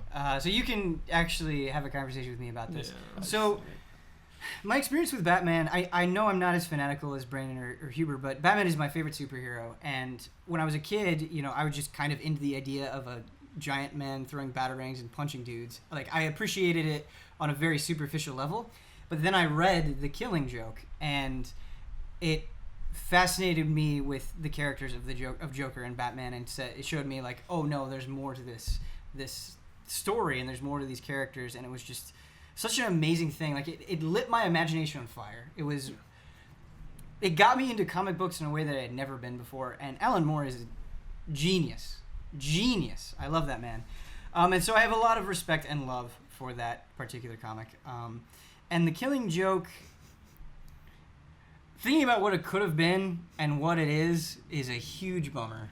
And I think the worst part about it is sort of the prologue that they graft onto the story. And boy, do I really mean graft, because it centers around Barbara Gordon. And what the prologue tries to do is humanize her. To make you care about her somewhat. And to kind of make her a more integral part of the story rather than just sort of motivation for the male characters. And that's all well and good, but the way that they do it feels so forced and awkward and illogical. Like, there are things that a lot of the characters do that don't make any sense, but specifically Barbara, and I'm not going to spoil anything. There are moments where like you would never do this. Like it throws you so far out of the story that you just can't get back in, and it was really, really, really jarring to me. Do you agree with that? 100%. It felt so weird, man, and it felt forced. They couldn't find a tone for it either. Yeah, it made me uncomfortable, and like again, I'm totally open with any interpretation of the Batman lore. That's fine. Yeah. But when you say you're the killing, you are the Killing Joke, you're adapting this graphic novel, and now you try to spin it into something it's not. And who wrote this new part again? Like someone was telling me it was someone who's like controversial. I forget his name. That they're just like they got what they paid for. So like this guy is just known for being controversial and doing crazy stuff. Some of it not good, and that's what they got when they bought this script for having this added fluff crap at the beginning. And it sucks too because 2 of the best graphic novels have already been adapted into the animated movies, Year One and Dark Knight Returns. So I haven't seen either of those animations. They're phenomenal. Okay. Dark They Knight are Returns so is better. Dark Knight Returns, it's 2 parts. You can watch it. It's like if you watch both parts, it's like 2 hours and 20 minutes. Because again, the Dark Knight Returns comic is like that. Dude, it's another one that I'd be hesitant to see in animated form. yeah, and they That's do good. it. They It's do really it complete justice. And the same with Year One. Year One's really good too. They don't like force anything else in. And it's the reasoning was that The Killing Joke is a shorter book. I got no problem making a 40-minute movie. Yeah, that was my thing. There's when I no walked out problem. there, I was like, I just told my friend, I was like, why? Who cares if it needs like they want to be 90 minutes? Like, I don't give a crap if it's gonna be 45 or 50 minutes. I can watch one 20-minute episode of Batman animated series and be like, I just had a feast. And they're worried about the presentation, man. They had that amazing Mark Hamill interview. I went to see it in theaters at the Fathom event. Nice. They did this amazing Mark Hamill interview that lasted like almost 20 minutes. I was like, this is amazing. Talking about his like roles of Joker and stuff, like the history of it. I was like, awesome, like great. He's in. There you go. I got my money's worth. I could have had a 45-minute adaptation of The Killing Joke, a 20-minute interview of Mark Hamill that was like worth the money. Yeah. Quick thing. It just became overcast outside, and so it like changed the lighting in this room. Yeah, I was like, what happened? So if you're watching the video, it might look a little bit It's different. getting ominous, talking about Killing Joke. Poor adaptation. Oh, it's sunny again. So as I was watching The Killing Joke, and there are redeeming qualities. I mean, it's still the story of the Killing Joke, so that's still good in its essence.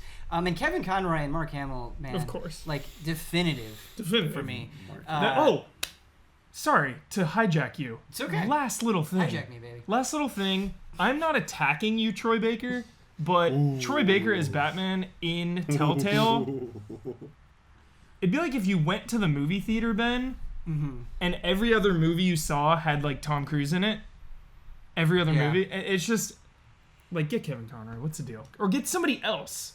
He's so good, man. They have like a habit of rotating their voice actors who do Batman and Joker for like even for the animated movies, they rotate who they use for that. Like Troy Baker, man, you're taking me out of the game because every time I'm like, oh, Troy Baker. Sorry. No, you're fine.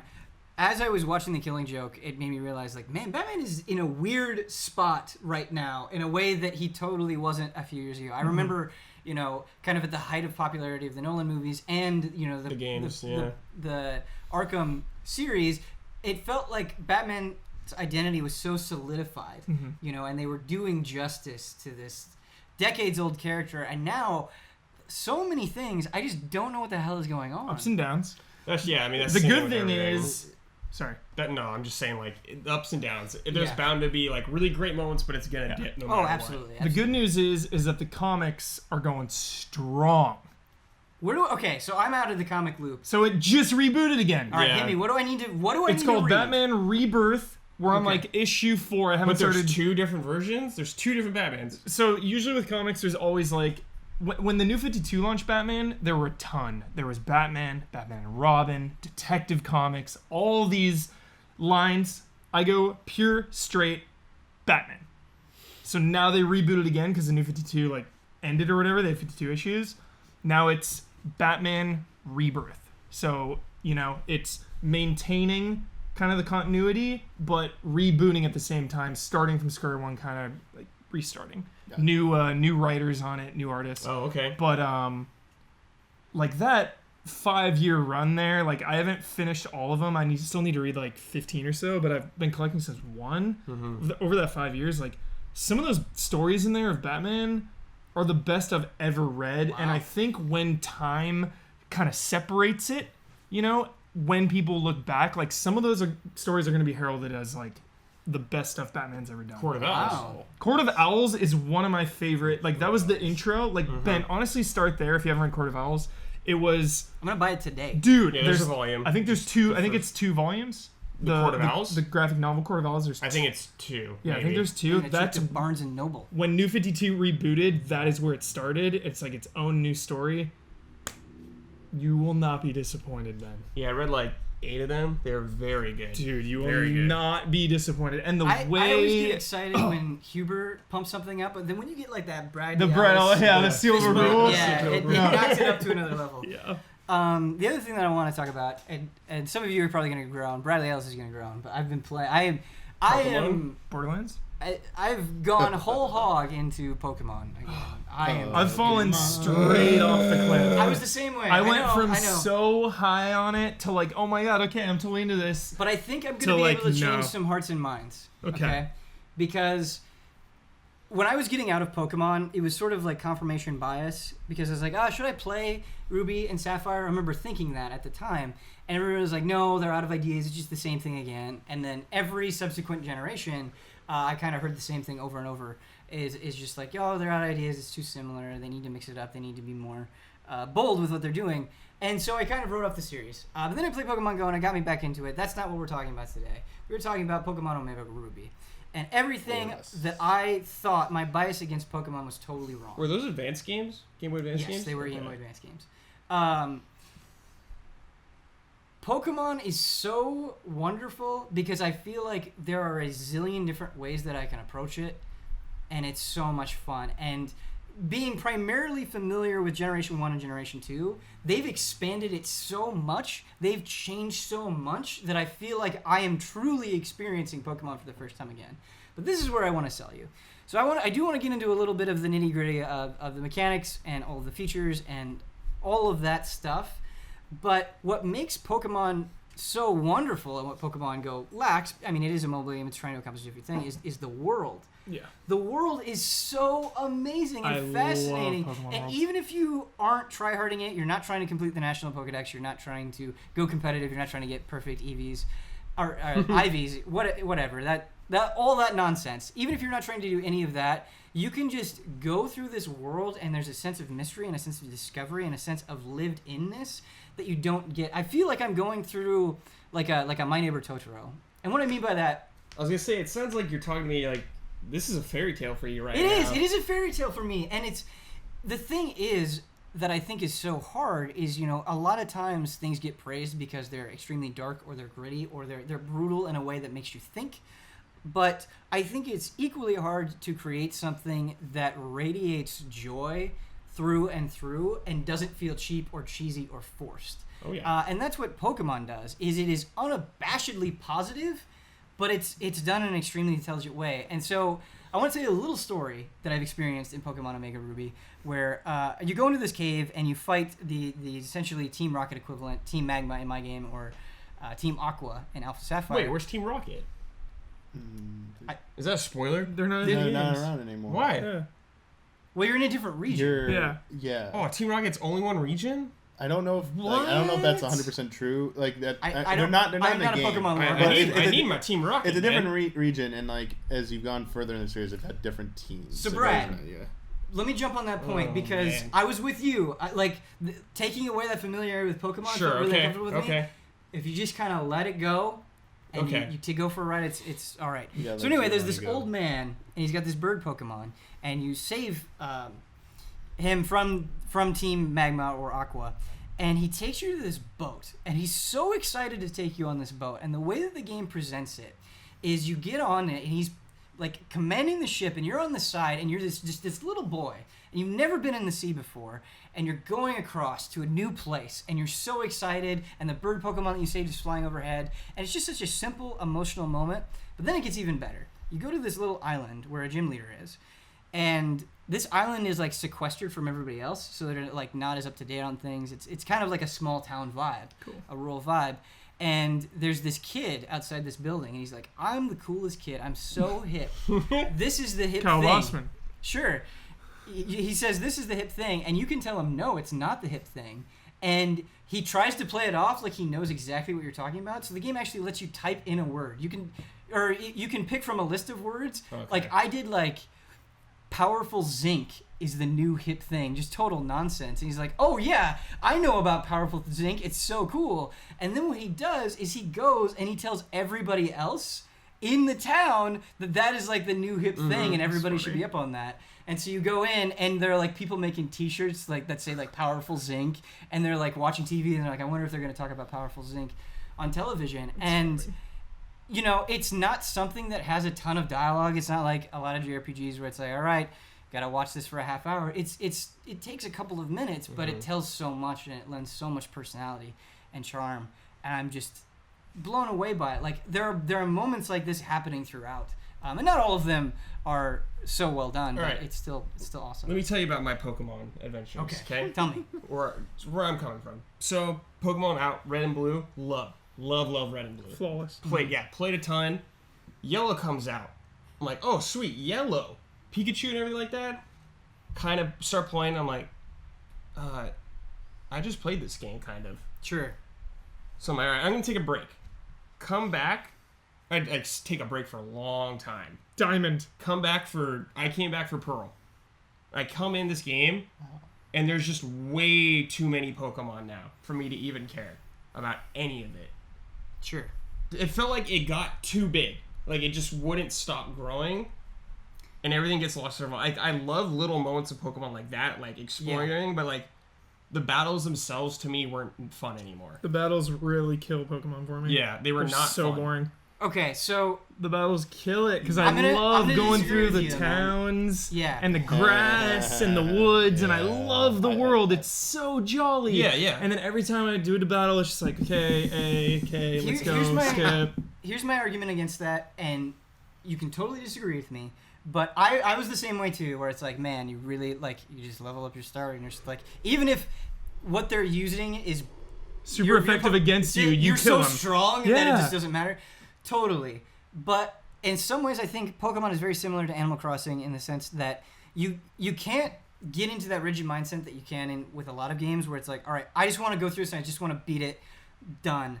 I think on every level, you just kind of have to chip away at it. And you have to have sort of a level of discipline and a natural curiosity to where you're like, all right, I'm getting sick of this.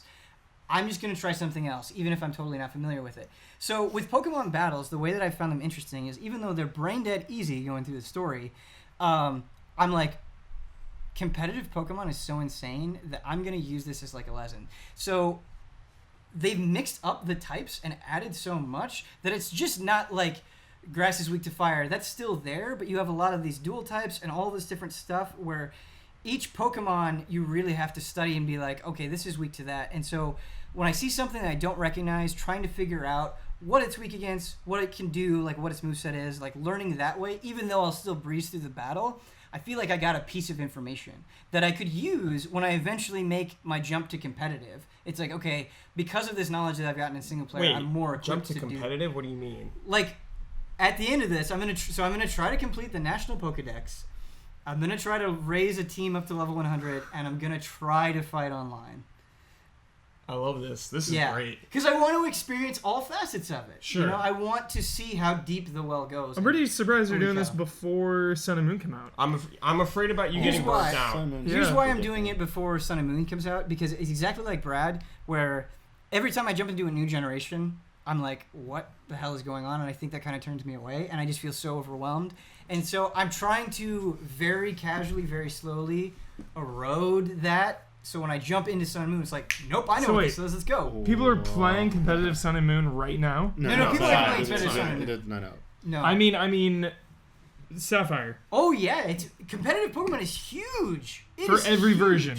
Like if I want to play someone in X. Well, you bring your People are Pokemon playing? up to a certain point, like you transfer them up, like where it's possible, and then you either fight on. So you transfer them to the newest one, which would be X? Some aren't The possible. newest one is Omega Ruby and Alpha Sapphire. Oh, Yeah. okay. Like I think if you want to start with like your generation 1, there's only so far you can go down the line before like it's cut or they can't go any further. So wait, But you have to go to the remakes to go back and get those types of Pokemon essentially.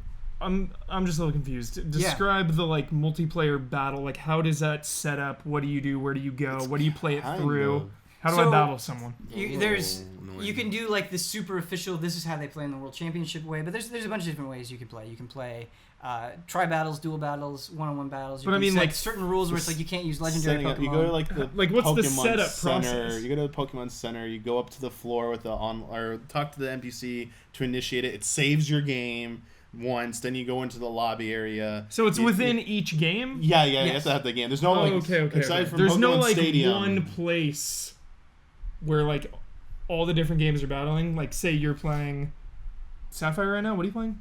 Omega Ruby. You're playing Omega Ruby. There's no Evo of Pokemon battles or Pokemon fighting. Yeah, is there like Evo? There's a World Yeah, Championship. and Kyle went Okay. to it Yeah. that one time. Of course Kyle Nintendo went to hosted it. Oh, They do the confused. card one and they do the game version. I'm They sorry. streamed What are you it. confused Okay. by? I'm just trying to Okay, so understand. you're playing Omega Ruby. Correct. Okay. And when you level up your team within Omega Ruby, there's like a place in the game where you want to battle multiplayer? Yes. Oh, Because okay. it's But like- people have to have the same. Okay. People have to have Imagine- Omega easy, Ruby. easy, yeah. easy. Yeah, imagine Yeah. like Same with another X. game where you select the multiplayer option. Yeah, and okay, go to okay, it. It's like okay. that. But people I was just have to- thinking way too different. Yeah, about yeah, it. yeah. People just have the Okay. newest version of the game that continues that line of Pokemon that they can have on their team. Yeah. And then they go play that game and meet in the like lobbies there and fight. Okay. So people are playing Omega Ruby online right now, like hardcore stuff. Absolutely. Like it's Yeah, and it's thriving. it Are the is ones honestly before that dead? so Like- complex. Like, is X dead? I wouldn't say. I don't know the relative population of each games, but there are definitely people that still get together to play the older games. Okay. For sure. Got it. Like all that's cool and Okay. everything. Yeah. But Sorry. I don't care about any of that in Pokemon. Like that's awesome that it's like super in depth online battles and everything, but I don't Yeah. really care. I just wanted to go through the game and like the story and everything like that. Yeah, and that's the thing that I think is great about it is there is this really hardcore deep level that you have to put a tremendous amount of work to even be like somewhat stand a chance, and I respect that so much. But if you do just want to experience the story and play it super casually, you can do that as well. Now, of course, the argument is, well, I just want to play the story, but I would also like to be challenged. I get that. I do. But there's so much, like in Omega Ruby and Alpha Sapphire, which is also true in Ruby and Sapphire, there's secret bases where you can go and you can have like your own little secret clubhouse and you can put decorations in there and Cool. you can have friends come over. Love that stuff. You can either make it like super benevolent, like come check out my Pokemon doll collection, or you can set up a bunch of traps Yeah. and make it like a total pain in the ass to get through, and you Yeah. can just troll people. And you can also set up like custom battle rules in your secret base. So it's That's like when you cool. come to my base, we're playing this way. Yeah. And then there's Pokemon contests, and just there's so much stuff. Omega Ruby's 3DS, right? Yeah. Okay. I guess it just boiled down to is I wasn't having fun doing any of like the battling in the game, which is a huge part of it. I just wasn't. Yeah, I mean, it's I wasn't still ex- half the You game, mean like you know? how like just combat play, goes down. just playing it. I just wasn't having a lot of fun. I think if you just fundamentally don't enjoy the battle system, I don't have any. I mean, it's like I liked it in the old. old ones, but I don't know. Maybe just at the time of my life, I wasn't into it. But there's light at the end of the tunnel. We're coming back for Sun and Moon. Me and Hubert. The Zeitgeist, We've dude. been out for years. No, I did Okay, X. I've quite been a out bit. for years. I played X and I played Diamond I've been out since Pearl. and I played Ruby? Ruby was the first GBA one. Ruby and Sapphire. What was the one on DS? Diamond and Pearl were the first ones, and Yeah, then it was Dude, I Black and played White. like all Black of them, and I and then it was realized. Black and White too. You've played all of them? Like a lot of the mainline ones. I played Did you play Red. Black and White too? I played Red, Ruby, Pokemon 2? Diamond, Did you play Gold and Silver. Silver? X. Didn't play Gold and Silver. Oh, that's a Gold. good Okay, one. but I Plays mean, not Soul all Silver. of them honestly, but like Yeah. I feel like I've kind of, But and I usually make it like 6 or 7 hours in and then just fall off. You know, That is the thing. I that love those first steps in that world, man. And Like, I hate saying this, but when I first booted up Omega Ruby and I up through the second gym, I was like, this is okay. It really does take a while for them to finally unleash the shackles and give you everything that you want. There's another new feature in Omega Ruby and Alpha Sapphire that is being expanded upon in Sun and Moon, where you can get on a Pokemon and actually 3D navigate overhead and fly and soar on the Pokemon. Great. And I think Tell me, I feel like because I play the other one the one where you ride the Pokemon like Rhyhorn or whatever. Yeah. That the tank controls for it drove me execution wasn't the greatest. Sure, the flying thing was fine, but some of the other things, because they're showing in Sun and Moon that you're gonna ride more Pokemon and do stuff. Yeah. I do hope they iron out some of the control kinks with it. Sure. But it's a cool idea. It is. I always wanted to play Black and White. I heard it's story focused. Yes, it Yeah, is. it's huge. a The Boston ending story. is Yes. If that is your number one Tears. draw for Tears, Pokemon, man. Bossman play always tried to sell that one to me. Black and White 1 and Black and Yeah. White 2. Yeah. Yeah. Pokemon's icon. But I Give feel me like- more pump for Sun and Moon, Ben. Well, I feel like they're doing a better job of creating this Pokemon fantasy, and it's not just numbers and stuff like that. And I think the things that they're doing, the ways you can interact with Pokemon, like the riding, like the flying. But the other thing that you can do that is new to Omega Ruby and Alpha Sapphire that I think is so cool, and maybe I'm embellishing a little bit too much here, but they're instead of just running around in grass and randomly getting in battles, which you can still do, a Pokemon will make a noise, and you'll see its silhouette, and you have to sneak up on it. Nice. And if a trainer catches you, you lose that opportunity, so you got to be mindful of that. And so you sort of feel like this hunter in a way that you normally That's don't in cool. Pokemon games, where it's Instead of just I random. know the sound of that Pokemon, so I know I want to go after it. So you hear and that's a Geodude. yeah, You're you hear a Geodude. Geodude. And that's exciting in a way than just randomly getting That's cool. something. That's cool, yeah, I And like it's that. you have to Yeah, pay that's- attention to a sound the that's way that better. you normally don't. Yeah. And sometimes there'll be a red exclamation mark on your deck snap thing, and that's a super rare Pokemon, and so you get really excited about that, and so you're just creeping along trying to get Hold to on, I have an idea. What if they made catching or hunting Pokemon more like Monster Hunter, like tracking a Pokemon? Would you be into that? Only if it was legendaries. No. Then it'd be cool. I hear you, and maybe in that specific case it would be really cool. The only reason is it would be fun, but if you're the kind of person that's all right, I want to catch all of these, I can imagine it overcomplicating the process to where it becomes more of a chore than it already is, especially if you include shiny Pokemon Something that's brought up and things like that. that I've brought up numerous times, and then Ben and I always talk about and bring up is the handheld situation. Sure. And how I've wanted a big budget Oh my Pokemon God, game yeah. on Oh my console. God. Did you not play And- Gale of Darkness? No, Gale I of haven't. Darkness. And play Pokemon Snap and Coliseum though.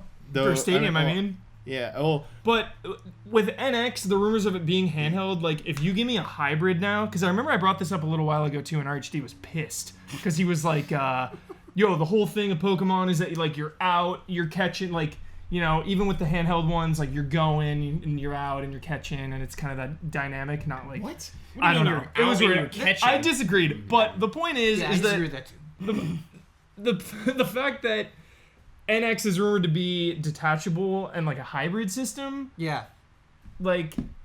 Here we go, NX, let's do this. Give me this big budget. When you're at home, you can have these insane, crazy battles, but then you can take it on the Right. go. It's a win-win And situation. Pokemon Go style, you're catching them out there. I think that's gonna happen. I think that's gonna happen. That's a rumor, right? Yeah. That there's Yep. that within the 6 months of NX's release, there'll be a Mario and a Pokemon console for NX. They're listening! And I hope it's a I'm real totally good with They're you. So, listening! Your handheld complaints will evaporate. Yes! It will be what you I was want. half Yes. joking with Gale of Darkness. The game has a lot of issues, and there is no proper overworld. It's point and click to Yeah. the destination. But the actual environments when you go there are three these Yeah, three yeah, yeah. rented out. I was like, Cool. all right, make me an overworld. Make me a 3D Pokemon. Make the battles look like Coliseum battles instead of the sprite thing. I was like, It's I so was- frustrating I was because just you can dreaming of this Pokemon. see it. You in your mind you can see this awesome console Pokemon, and it's so frustrating playing the 3DS version when you get in a battle and they do the split cut where you can see your Pokemon and their Pokemon and the frame rate goes to crap and you're just Dragon it could Quest. be there. You don't see Dragon a Quest 8 trainer is in the battle. best It's weird. Pokemon game. What? Dragon Quest 8 is the best No, it's Pokemon game.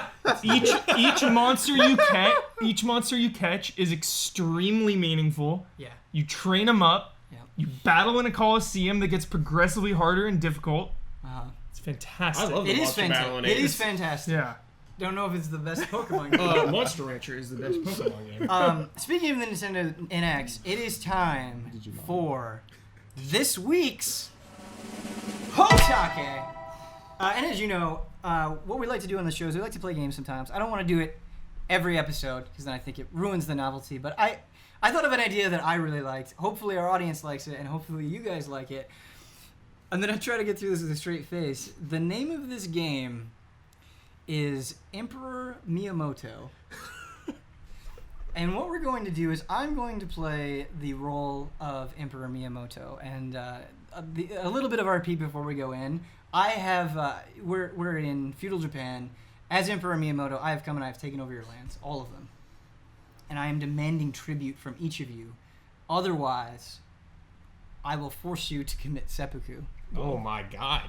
Okay. And so how we're going to do this, I know we've talked Yeah. about the Nintendo NX at length during the Easy Allies podcast, but I still want to talk about it because it's still fresh on my mind. It's such an exciting time, and it's full of possibilities. And so what we're going to do for this game is each of you has to pay tribute to me one at a time by saying what, if you were in charge of making the NX, what you would want to see and what you would do. And it has to be one thing. You can't overcomplicate it. From Emperor's Miyamoto's perspective? No, you just tell me what you want. Okay. Can I go first? I don't have to Hold pander on. to Miyamoto, though? You do not have to pander to Miyamoto. Okay, I just okay. thought Emperor Miyamoto was Okay, funny. cool, That's cool, all. cool, cool. You don't have to pander to Miyamoto. Okay. Don't play it like that. Okay. Anyway, if I think your idea is not up to snuff, you get cut out, and then it's just the remaining participants. And so we're going a last man standing sort of thing. So I really want you to think hard about your ideas. I only have So I one do have to request, judge them. but oh god. Okay. Okay. Can I go? You can go. Okay. I want a unified account system on everything. When I buy this game, when I buy Mario World or whatever, I want it forever on that account. And if it's NX and portable, I want to play it at home or take it with me wherever I go.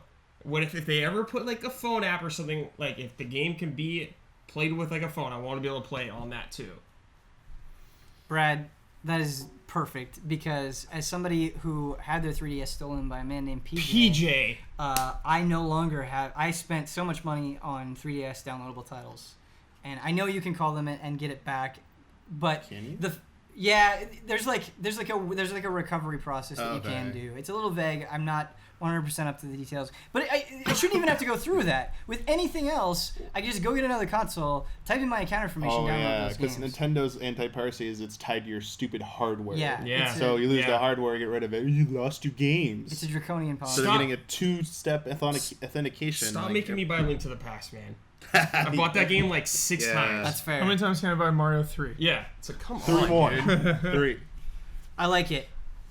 Your tribute is sufficient, but please remove that story from Paper Mario. Michael Huber. I feel like we've beaten this dead horse, so I'm gonna try to say the NX discussion we've beaten to dead horse? no, like what we've wanted, More like from our Nintendo. Oh, I'm dream sorry. scenarios. So Okay, I'm gonna. I apologize. no, Shitty game, that's, man. no, I'm no, sorry. no, no. I'm sorry. I'm That sorry. is not a criticism. That came out wrong. I apologize. No, it's okay. That's fair. I'm gonna try to say something different then. Do Damiani first. Damiani, you're up. Give me a minute. I mean, they need to there better be a normal damn controller with this thing, especially when you're playing it with the hybrid part, when it's with your console or the docking station. However it's interfacing when you're on a couch, big screen TV. I don't want... Stop with the damn gimmick control shit. Like, Wii Remote worked for a little while. People caught onto it. It died off because it wasn't sustainable. Gamepad, okay idea. Tablet, poorly executed. They tried to shove it down your throats. That's why Kyle got angry at Miyamoto, made a whole freaking episode of his show about it, because, like, yo, Miyamoto insists that gamepad makes your playing experience better than a normal... It doesn't. If it doesn't work, stop. Like, same thing with freaking Sakurai and Kid Icarus Uprising. Amazing game. You made me play with a shitty control, like, setup. Like, I just wanted normal controls. Like, at least give the damn option for it. Like, get off your high horse. If you do something innovative that's cool, but let there be a normal way to play it. because one, you're alienating people who want to play these great experiences, and two, it makes ports of certain games impossible to do when you have these weird, like, it's, I don't want to say weird, but like different type of way to play a game that the other developer, you make it require a third-party developer to put in more effort than the other systems are trying to port to. It's like, why they even do it? Of course they're going to say no to like a Wii U port of this. Just back off that angle a bit. Like, this hybrid thing seems intriguing and innovative enough. We don't need some weird, like, I'm hoping the controller is either touchscreen when you're on the go or normal controller when I'm sitting there, like something that looks like a DualShock or an Xbox One controller, something, or the Wii U Pro controller. Just don't. Calm down on the gimmicks. Don't do it again. Don't do it again. Like, this will be your third strike. Like, don't do it again. What's amazing is with a lot of this stuff with the Wii Remote, and especially with the Wii U Gamepad, they'll really go aggressive on it early on, and then by the end, it's like nothing you do really takes. They stopped talking about it themselves, except for Star Fox Zero. They gave up on the gamepad shit. Like, whatever, this doesn't work. Wii U at the end, they're like, Skyward Sword is their like last big one, but like every other game, like, yeah, you don't really need to do motion controls. Yeah. It's cool. Here's Xenoblade. Plug in the classic. No motion controls for this. Don't even play it with a Wii Remote. It's cool. That is sufficient tribute. Taking elements from Damiani's. Third-party support. Nintendo, you are not alone in this world. Like, you need allies. Look at what happens when you team up with third parties. What do you get? You get one of the greatest games ever made in the history of video games, Bayonetta 2. That's what you get when you get these third parties making these games. We're gonna go with Resident Evil Remake. I'm talking about recently though. Sure. Like the most recent example, Wii U. Like one of the best games on the system came from a third party. Like what game? Bayonetta 2. Oh, Bayonetta 2. Yeah, get some allies.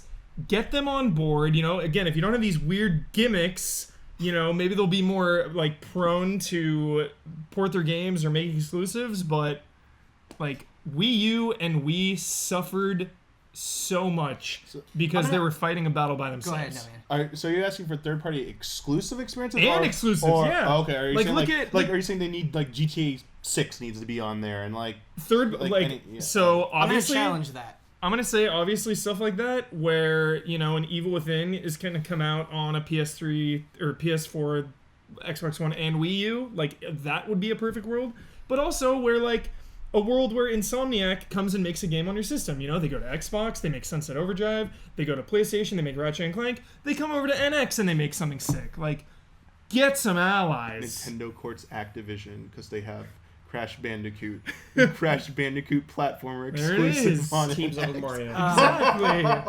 So like you need those exclusives and you need the third-party support. Yeah, their relationship with Platinum during the Wii U era, and obviously their relationship with Rare during the N64 era, like those gave the systems a different flavor that Nintendo just wasn't able to provide. Yes. Right? Like Nintendo is amazing; they make incredible games, but those titles specifically brought a new dimension to their platforms. And totally, I agree with you 100%. They beef it up. And the thing is, though, is I feel like we live in a world where if you put, like, a Call of Duty or a Madden or an Assassin's Creed on a Nintendo platform, it just doesn't really matter in the way that it matters on other platforms. They're not seen as appropriate on there, or people give them for whatever reason. I'll give you some reasons why. One, no one wanted to play with a fucking Wiimote for half his games. Two, people didn't want to play year-old ports on a gamepad. Absolutely. Inferior I totally version. agree with you, but I feel like the damage has been done. Correct. The damage has been done. 3, if this is a hybrid and is mobile, some people might want to take their GTA 6 on the go with them. Like, I can play it it fits in my pocket too. You tell me I can play GTA 6 in my office now? Don't need to. You're giving me Chinatown Wars vibes because that is one of the best GTAs ever, and there were really awesome DS mechanics like hijacking the cars, stealing the stereos. So underappreciated? Yeah, incredible game.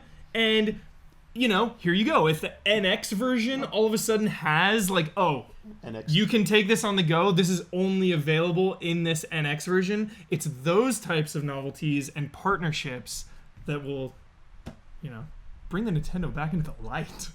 Okay. I buy it. This is like a really weird one, but this would be really cool to me. It's just like a little tiny thing, but I'm willing to die for it. Okay. Anyways. I'm willing to die for it. So, put my life on the line. we saw the NES Mini with the NES controllers, and they have like the Wii ports on them.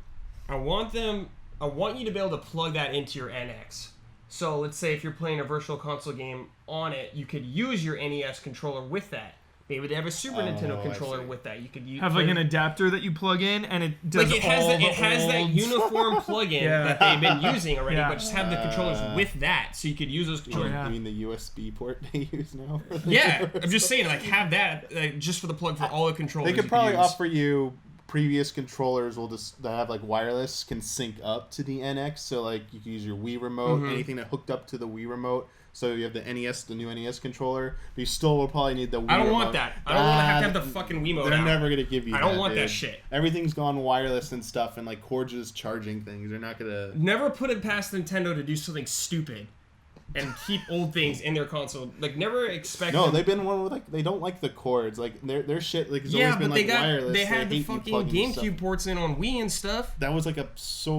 It's funny you say that because took like I feel like Smash it Brothers the most for wires. that to happen. And if they're seeing the success of the NES Mini, I think it'd be a great idea because they could start the NES Mini, they can move on to something else after that and use the stuff they have with it. So if they're all about synergy and using their products together, it's a little simple thing. They could put 2 controller slots in it. I also think the nostalgia play is strong. I remember when the Wii was coming out and what they talked about with the virtual console. Oh, yeah. I think when you say like, hey, you know, we're like in a way if you say you can use all of your controllers, in a way they're saying we're making this console for you, and I think this is a very strong Definitely. Thing, and so I can see a logic in it. Yeah.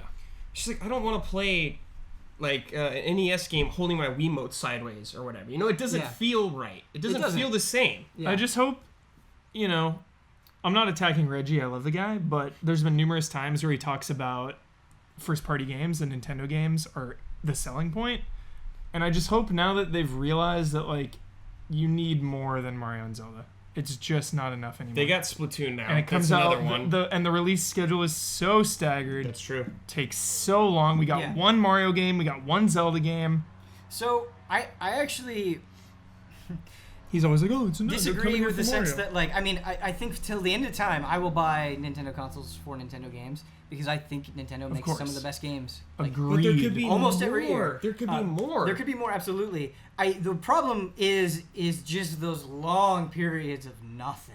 Nothing. That's like why they need years. third party to fill the gaps. Yes, totally. I totally agree with you. Years. All right. So Brad just went. I need That was another. Oh, Seppuku?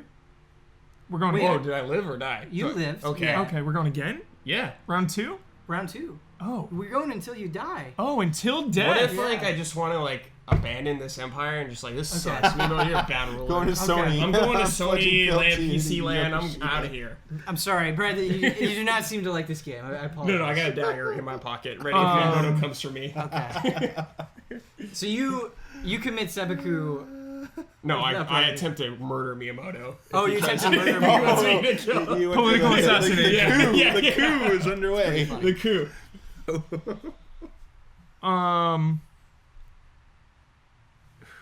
I could go for like a rewards type. No, okay. Here's a selfish one. Trophies, No achievements. brainer. Yeah. No Go with the brainer. times. Go Good with the lord. times. Yeah. I It's don't like know. if you're like, I don't need achievements. That's fine. You don't need them. But a ton of people haven't signed up people to play want games. 'em. That I've met a ton of people were like, yeah. oh, this game has trophies. I'm gonna play it. Oh, it has a platinum. Maybe I'll play it. Like there is Yeah. a diehard community for Yeah. that. Like especially for a game like Mario, like that is a game that I would maybe take the extra time to platinum, or a Zelda. Think know? about like a Pokemon where you were saying like you get bored playing through the story. Imagine if there were achievements that encourage you to play a different way, like Exactly. win with only this type of Pokemon or Yeah. something, you know. Yeah. And like having a reward sometimes for doing it. Like if you get like whatever the equivalent of platinum or all the achievements in this game is, you'll get like a theme that Yeah. you can only get through that way. Yes, Brad. Giving people a little tiny incentive to keep playing. Yep. So I'm gonna push you a little bit here because I do think the achievement thing is a good one, but would you just want it to be like an Xbox Live system or No, I like think- I need some what makes it uniquely Nintendo? I think going off with Brad, offering unique rewards with them, whether they be themes or, you know, let's show a little goodwill, Nintendo. We've bought Link to the Past 14 times. They'll give Super you, Mario like, 3, points. They give you points that can be redeemed for maybe similar games in the Is franchise. that tied into the achievement system? Yes. Yeah. So like think about like how they had like Club Nintendo or whatever, and you earn Yeah. points. You Still earn have it. points. But Maybe The more you it's play, just the more you earn. You could do it by playing their games. No, hold on. If somebody just buys Link to the Past once, they should be able to get all the achievements. Like, you shouldn't get more achievement points just because you bought it a bunch. That doesn't. No, that's add not up. what we're that's what talking we're saying. about. Okay. We're not talking about that. We're saying They're for talking about if you earn achievements in a game, those points can be used to spend to I buy see. actual Yes, I physical see. To buy products. old Okay. virtual console games Yeah. or themes. It's like instead of like how Yeah. I'm very ignorant on Club Nintendo, but like you would buy a game or whatever, and you would get points for buying the game or something like that. There's a code in there, right? Is that how it worked? Yeah, so there's a Yeah, code that they they used use. to- Yeah, yeah. Similar to Instead of like that, make them earn their points with in- achievements. Yeah, Would you apply achievements to old games? absolutely. I would. 100% I would. Yeah, I mean they've done it in the past with like Streets of If Rage they're on like- PS3 has a couple trophies there. If they're PS4, like, whenever they release check it, this it's out. supposed If they're like, hey man, we put whatever Nintendo achievements are like on Clash of Demon Head on NES. Yeah. I'm like, yo, I'm totally buying that just to earn some of those achievements. The thing is, I don't want to sound like a trophy whore because I'm not. I haven't like actively looked at my trophies or cared about them since like Resident Evil Remake came out. Like I'm over those because they make me kind of play in a weird way. But there's no denying that it makes you feel connected. You know, it is the ecosystem. It is like, yo, PlayStation Network. Like, here's all your account. Like when I go online on Wii U, I feel like I'm alone. I feel like I'm in this little box all by myself, and it's like playing Nintendo. It feels lonely when that is lonely. like the complete opposite of their brand and message. And I feel like this is one step to kind of open up the doors to the network and everyone. Yeah, like what if they had like little crazy ideas, like let's say whatever. Are we going too nuts? No, I love this. What I was hoping for was this just anger and passion, and it's exactly what I'm getting. It's just like you could have so many little ideas. Like let's say, for like a weird example, like if you have an avatar or whatever, like how Xbox does, you could get your stupid like Mario hat for your like integrating Miitomo stuff kind of into the system itself. Mm-hmm. Something like that, like. Your Miitomo is like dumb house. If you get all the trophies or achievements in this Zelda game, you get the Master Sword like you do in Animal Crossing. Dang it. Yeah. So there's a counter argument. Dude, you get your own house with your That's- Nintendo. Yeah. You live like Your in a NX. village, and like all your Dude, friends live in your We village. live in Easy Alliesville. And we all get your like Animal Crossing style Yes. house, and you can decorate your house PlayStation based on your home. achievements in games, dude. Sounds exciting. How long do you think it would last? Because they did do PlayStation Home. They did This, have sync- This is Nintendo people. yeah, they you are s- desperate yeah. for anything. And you Nintendo. scale it down. You scale it down. You make it like Animal Crossing Well- style, just like nice and easy. I feel like PlayStation Home was so right now on your 3DS, you can earn hats and outfits from playing games and getting achievements in games to dress your Okay, Mii cool, up with. cool. And then on Wii U, in the Miiverse, you unlock the sticker stuff for like doing stuff in their first party games. No one wants stickers. So you can do messages like if you had that sticker, like, oh So shit, sick of that stickers. person did that achievement, like they got that sticker. So there was sort of a way to that they were sort Okay, of doing they it. need to But expand the, upon the it, problem is their online infrastructure is so disjointed. trash. Yeah, it's and trash. so behind. They just need to have something that is comparable to Xbox Live and PlayStation Network with how seamless and how easy it is to do online. Mm-hmm.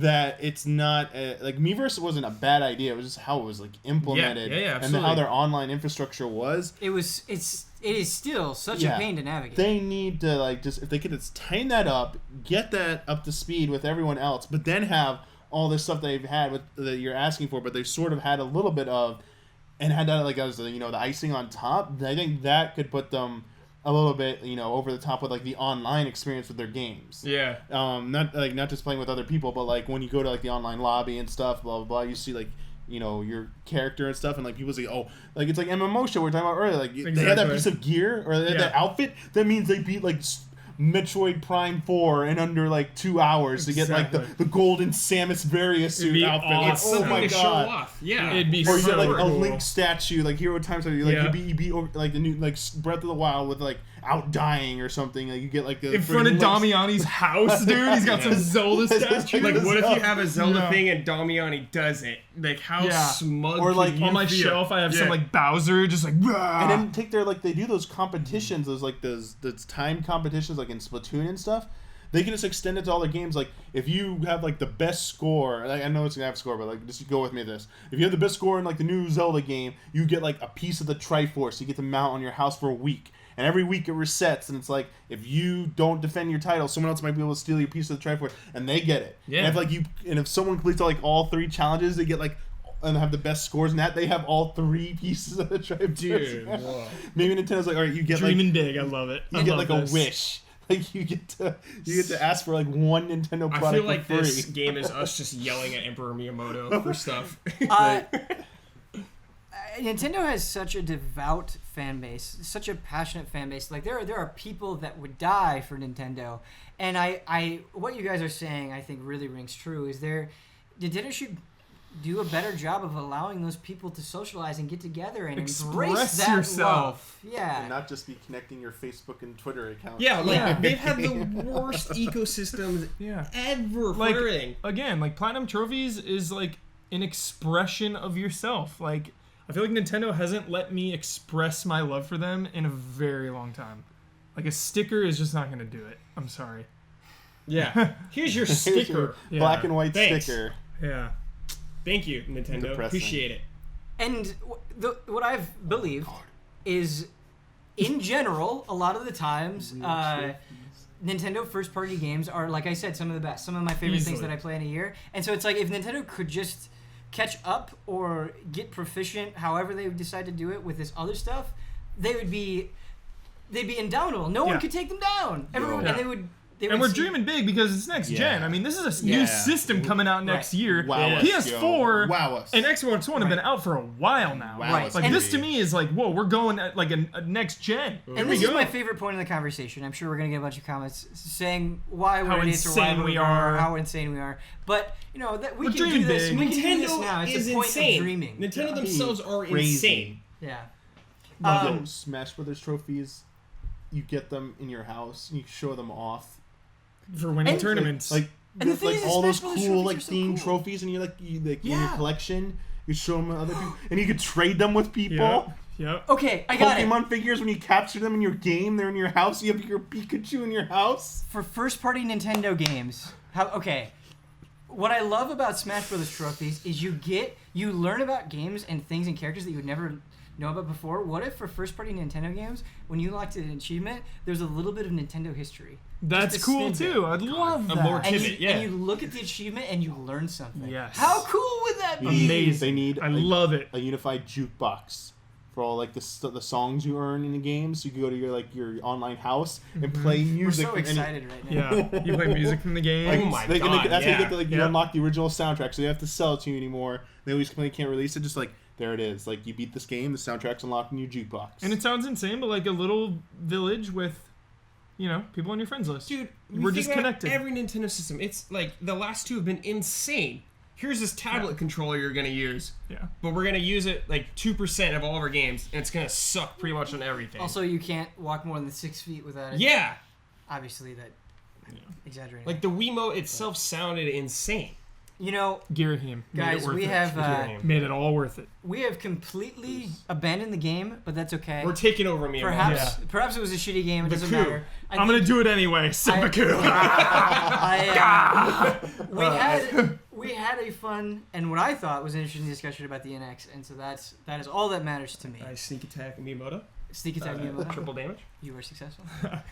It's coming soon. Miyamoto. Really so intense. Here's what happened, RP-wise, with Emperor Miyamoto is he was so overwhelmed by your ideas that like a demon, he just started like bubbling up and then exploded. Like you expelled the demon. Yeah. Gotcha. If you guys are ready, I think we're gonna move on. Yeah. Let's do it. Emails. I'm ready. Ooh, but, emails. Hit me. look at your watch, man. It's August right now. Yeah.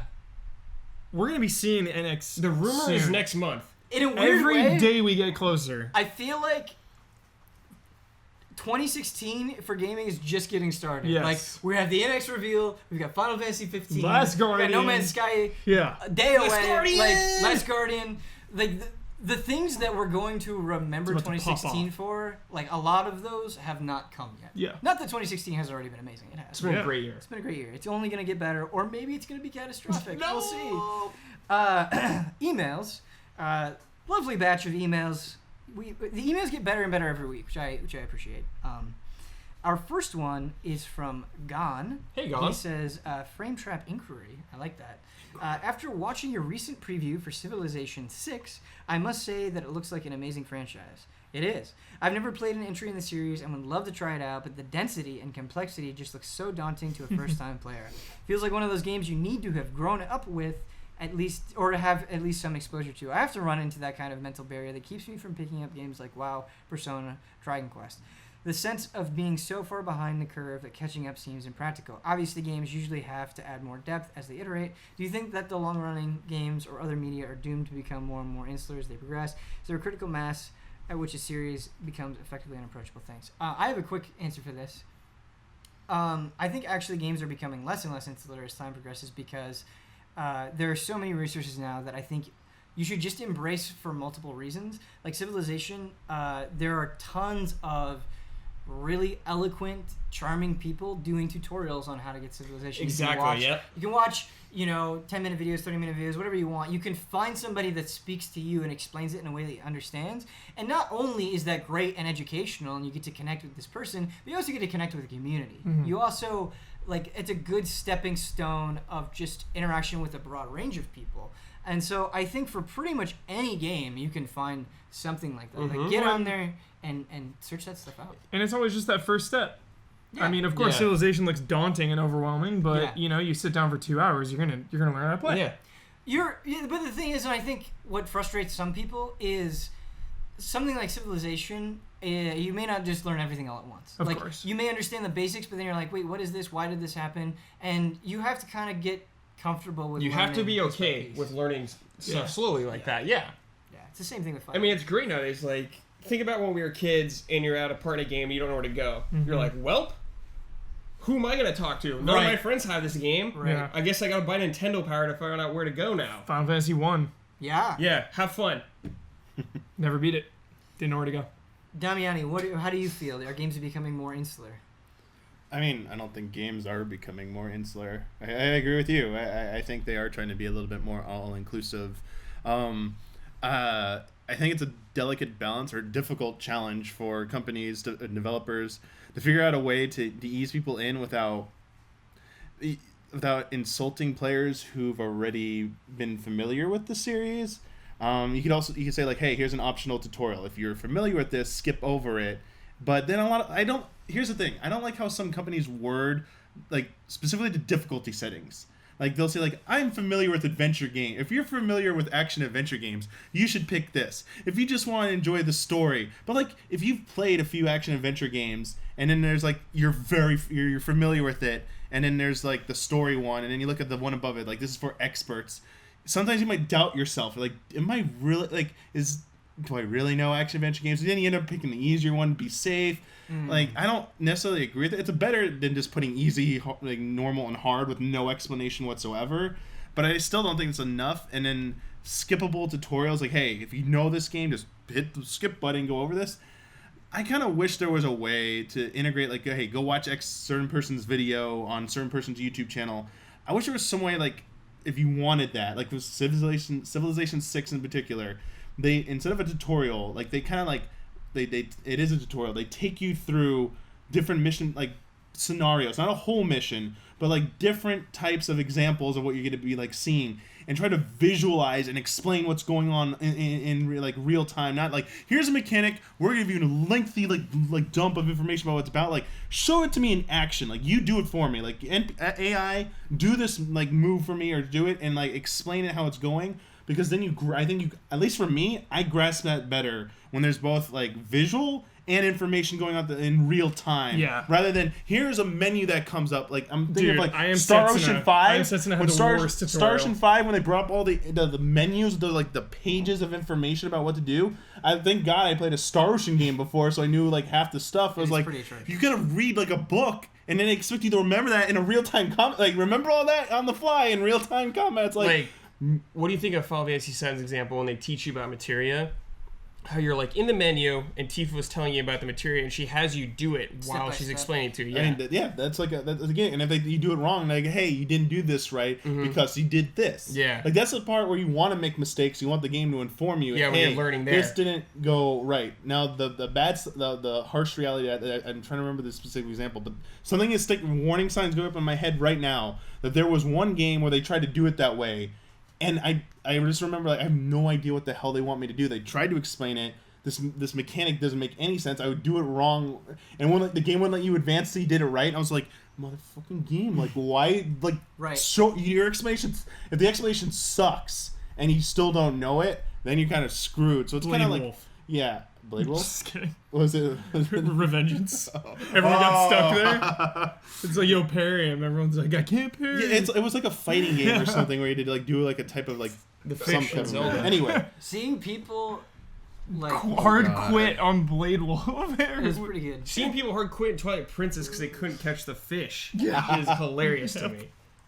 But A damn fish. that's why I said like it's a lot of effort to do that, and sometimes the payoff might not work as intended. Like it might end up being just as confusing as if you just put it there. Yeah, But I still think actually getting the person hooked in to actually play it more and more, that's the best way. Like if you put in time and you play the game, you get used to it. Like I think people need to be afraid to fail. Like, Yeah. understand when you see players who are really good at anything, Yeah. whether it's a competitive game or a single player game, they didn't just start playing it like that. Definitely. They played it. They screwed up on shit a lot. They didn't know how mechanics worked intricately as they do currently. Like they talked with other people. Like you got to go through that experience. And I get there's intimidation. Like when a game's been out for so long or a season's been out so long, those people already are part of like that tight knit circle or perceived tight knit circle of a community.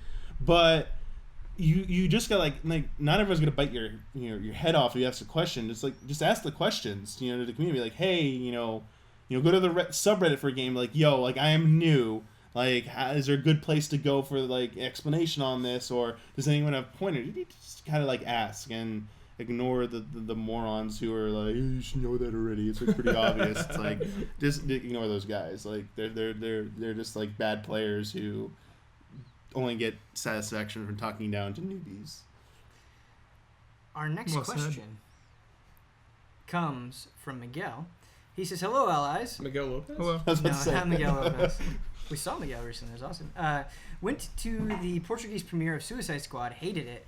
While reading comments on the reviews of the movie, I saw several people saying that some reviewers didn't have knowledge of the DC universe, making their reviews not valid somehow.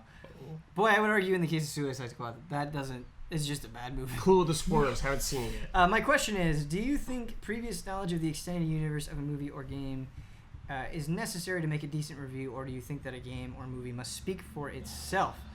I think if you're taking a game and putting it on the big screen, there's gonna be people who are watching a movie who have never played the game before, and you need to make the movie understandable enough for the people playing the game, Yeah.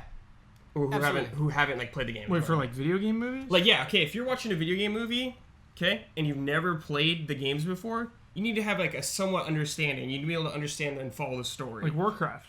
Yes. It's kind of confusing Like you will for people who...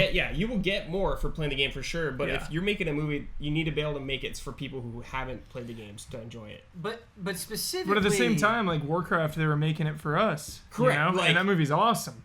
But I think Correct. you can understand it without any... Yeah. Yeah, like Prior you can get knowledge. the gist of Pretty it. I easily. mean, I haven't seen Suicide Squad. I don't know like how crazy it is or whatever, but But he's talking specifically, do reviewers have to be super experts? No. No. And the reason for that is, so if there's only one source of review, Exactly. then it would matter. But, Yes. But somebody that is experiencing something for the first time, that's a valuable voice. That voice could have a lot of merit and may see things that a seasoned veteran might not see.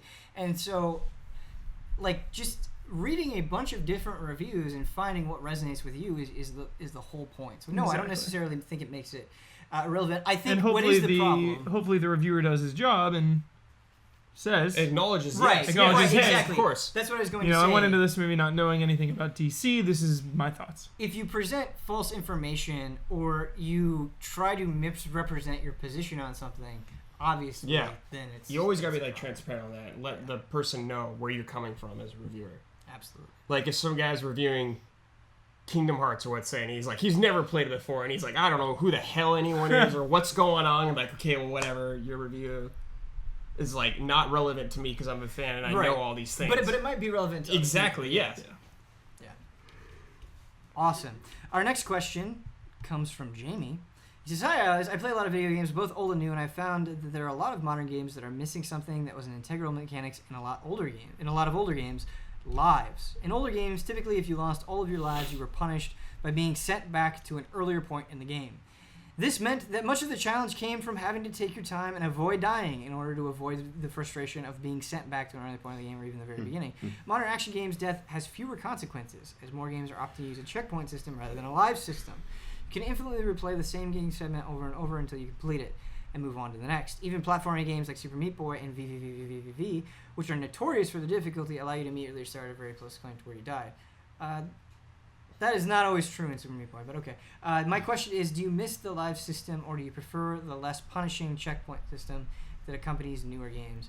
Would you like to see newer games bring back traditional live system? Depends on the game. First of all, they used a lot of live systems back on old games because they're a lot shorter. And that's why they're super hard, because they didn't want you beating it super fast when you spend $80 buying this game, for one thing. That's sort of it, but it goes before that. It was all the life design mentality is the relic of the arcade system. It was designed to get you to pump spend more money. more quarters. That's the only reason the life system existed then. And then they're like, oh, this also makes a game go longer, so keep it in. But over time, people complained about it, and the games got bigger naturally. Like, we don't really need you dying a million times, because then these games would be too long, and people started to whine about this is ridiculous. Like, you had that transitional period, I think, around like the end of the PS1, PS2 era, where that mechanic started to die out a little bit and wave, and by the time we were at the PS3 360 era, it's like that mechanic almost doesn't exist at all. It's like checkpoints. It's everywhere. Everything is checkpoints, which is fine. Like, you don't need to like have to go back to the beginning of a level. If you prove you can reach that point, that's fine. Like, and I get some people are like, no, the challenge is beating it all without dying. It's like, you can self-impose that on yourself, but like, don't restrict the average person to that ridiculous threshold. Like, I get like some people love that people are like, oh, that's why I like Dark Souls, because it does like has sort of similar mechanics. There's no lives, but you lose progress if you do that. It's like, okay, well, that's a new way. There aren't lives in Dark Souls. There are checkpoints, but that's how they did it. They're like, this make it really hard to get to the checkpoint. Yeah. So you can still do it in today's modern system. It's just, you just don't need lives anymore. Like, it's just like only retro style games do that. Like when they made Mega Man 9 and 10, oh, here's lives again. Like, well, that made sense. But yeah, like think about if you're playing Bloodborne and you had 3 lives to beat the whole game. Go find those extra lives. You have to reset the entire game. To be fair, some people would love that. I did that when I'd play it. Right. If I would die, I would wipe my whole game because it was fun for me. But there's also that's XCOM has that mode as well. Yeah. Diablo like it's cool. Yeah. Like you could totally have modes like that, but it does not need to be the main thing of the game. Yeah. Totally. To play devil's advocate though, I do love it. Sometimes I do miss it. Like, you know, once I got really comfortable in Souls and Bloodborne and realized that dying didn't really have a penalty. Sure, you lose your souls, whatever. Like, Demon Souls felt so much more intense to me because every time you die, the cryptic world tendency thing happened. Like, oh, when you die, it's going to get harder. So I really, really feared death. But no one even knew what that was at the time. Exactly, but I was still scared of it, even though I didn't know what it was, because they said the game's going to get harder. I got to a point in Dark Souls and Bloodborne where didn't fear death. Yeah, but Demon Souls, it doesn't even get that much harder. It's not that big of a deal. Looking back, of course, hindsight, whatever. But at the time, I was nervous as hell. Even when I was playing through it the first time, it was so cryptic that I just forgot about it. And so that consequence wasn't even there. Yeah. But I mean, still, like, you know, you get to a checkpoint like in Bloodborne, and then you're at a boss, and you're like, all right, whatever. Like, because you're thinking like, and you're also thinking about like it's your first time ever playing that type of game. Period. when you're playing the sequels after that and everything. I remember you were fighting Rom the Vacuous Spider, and it was a challenge for you. It took you a while to beat it, and I remember the tension that you had, the intensity, and so there was fear there. You can't tell me there wasn't fear there. I know you felt it. Yeah, and the other thing with the Souls games, not just like, you know, what you were just talking about right there, but also like some people might counter say like, well, the path to getting back to a certain point like is difficult. Like you did all that work to get to a certain spot. Well, there are shortcuts in all these games. Like that's the Souls games want you to kind of explore a little bit and find those shortcuts so when you find a new checkpoint, it's like, hey, you don't actually have to run back through that gauntlet again if you really don't want to. Just be a little bit brave and, you know, go do that. Sorry, it's just a tangent. Yeah, even Demon Souls had a ton of shortcuts or stuff just like that. But, like, I'm worried that lives trivialize modern games. Like, think like the newest Mario games. They still have lives in them.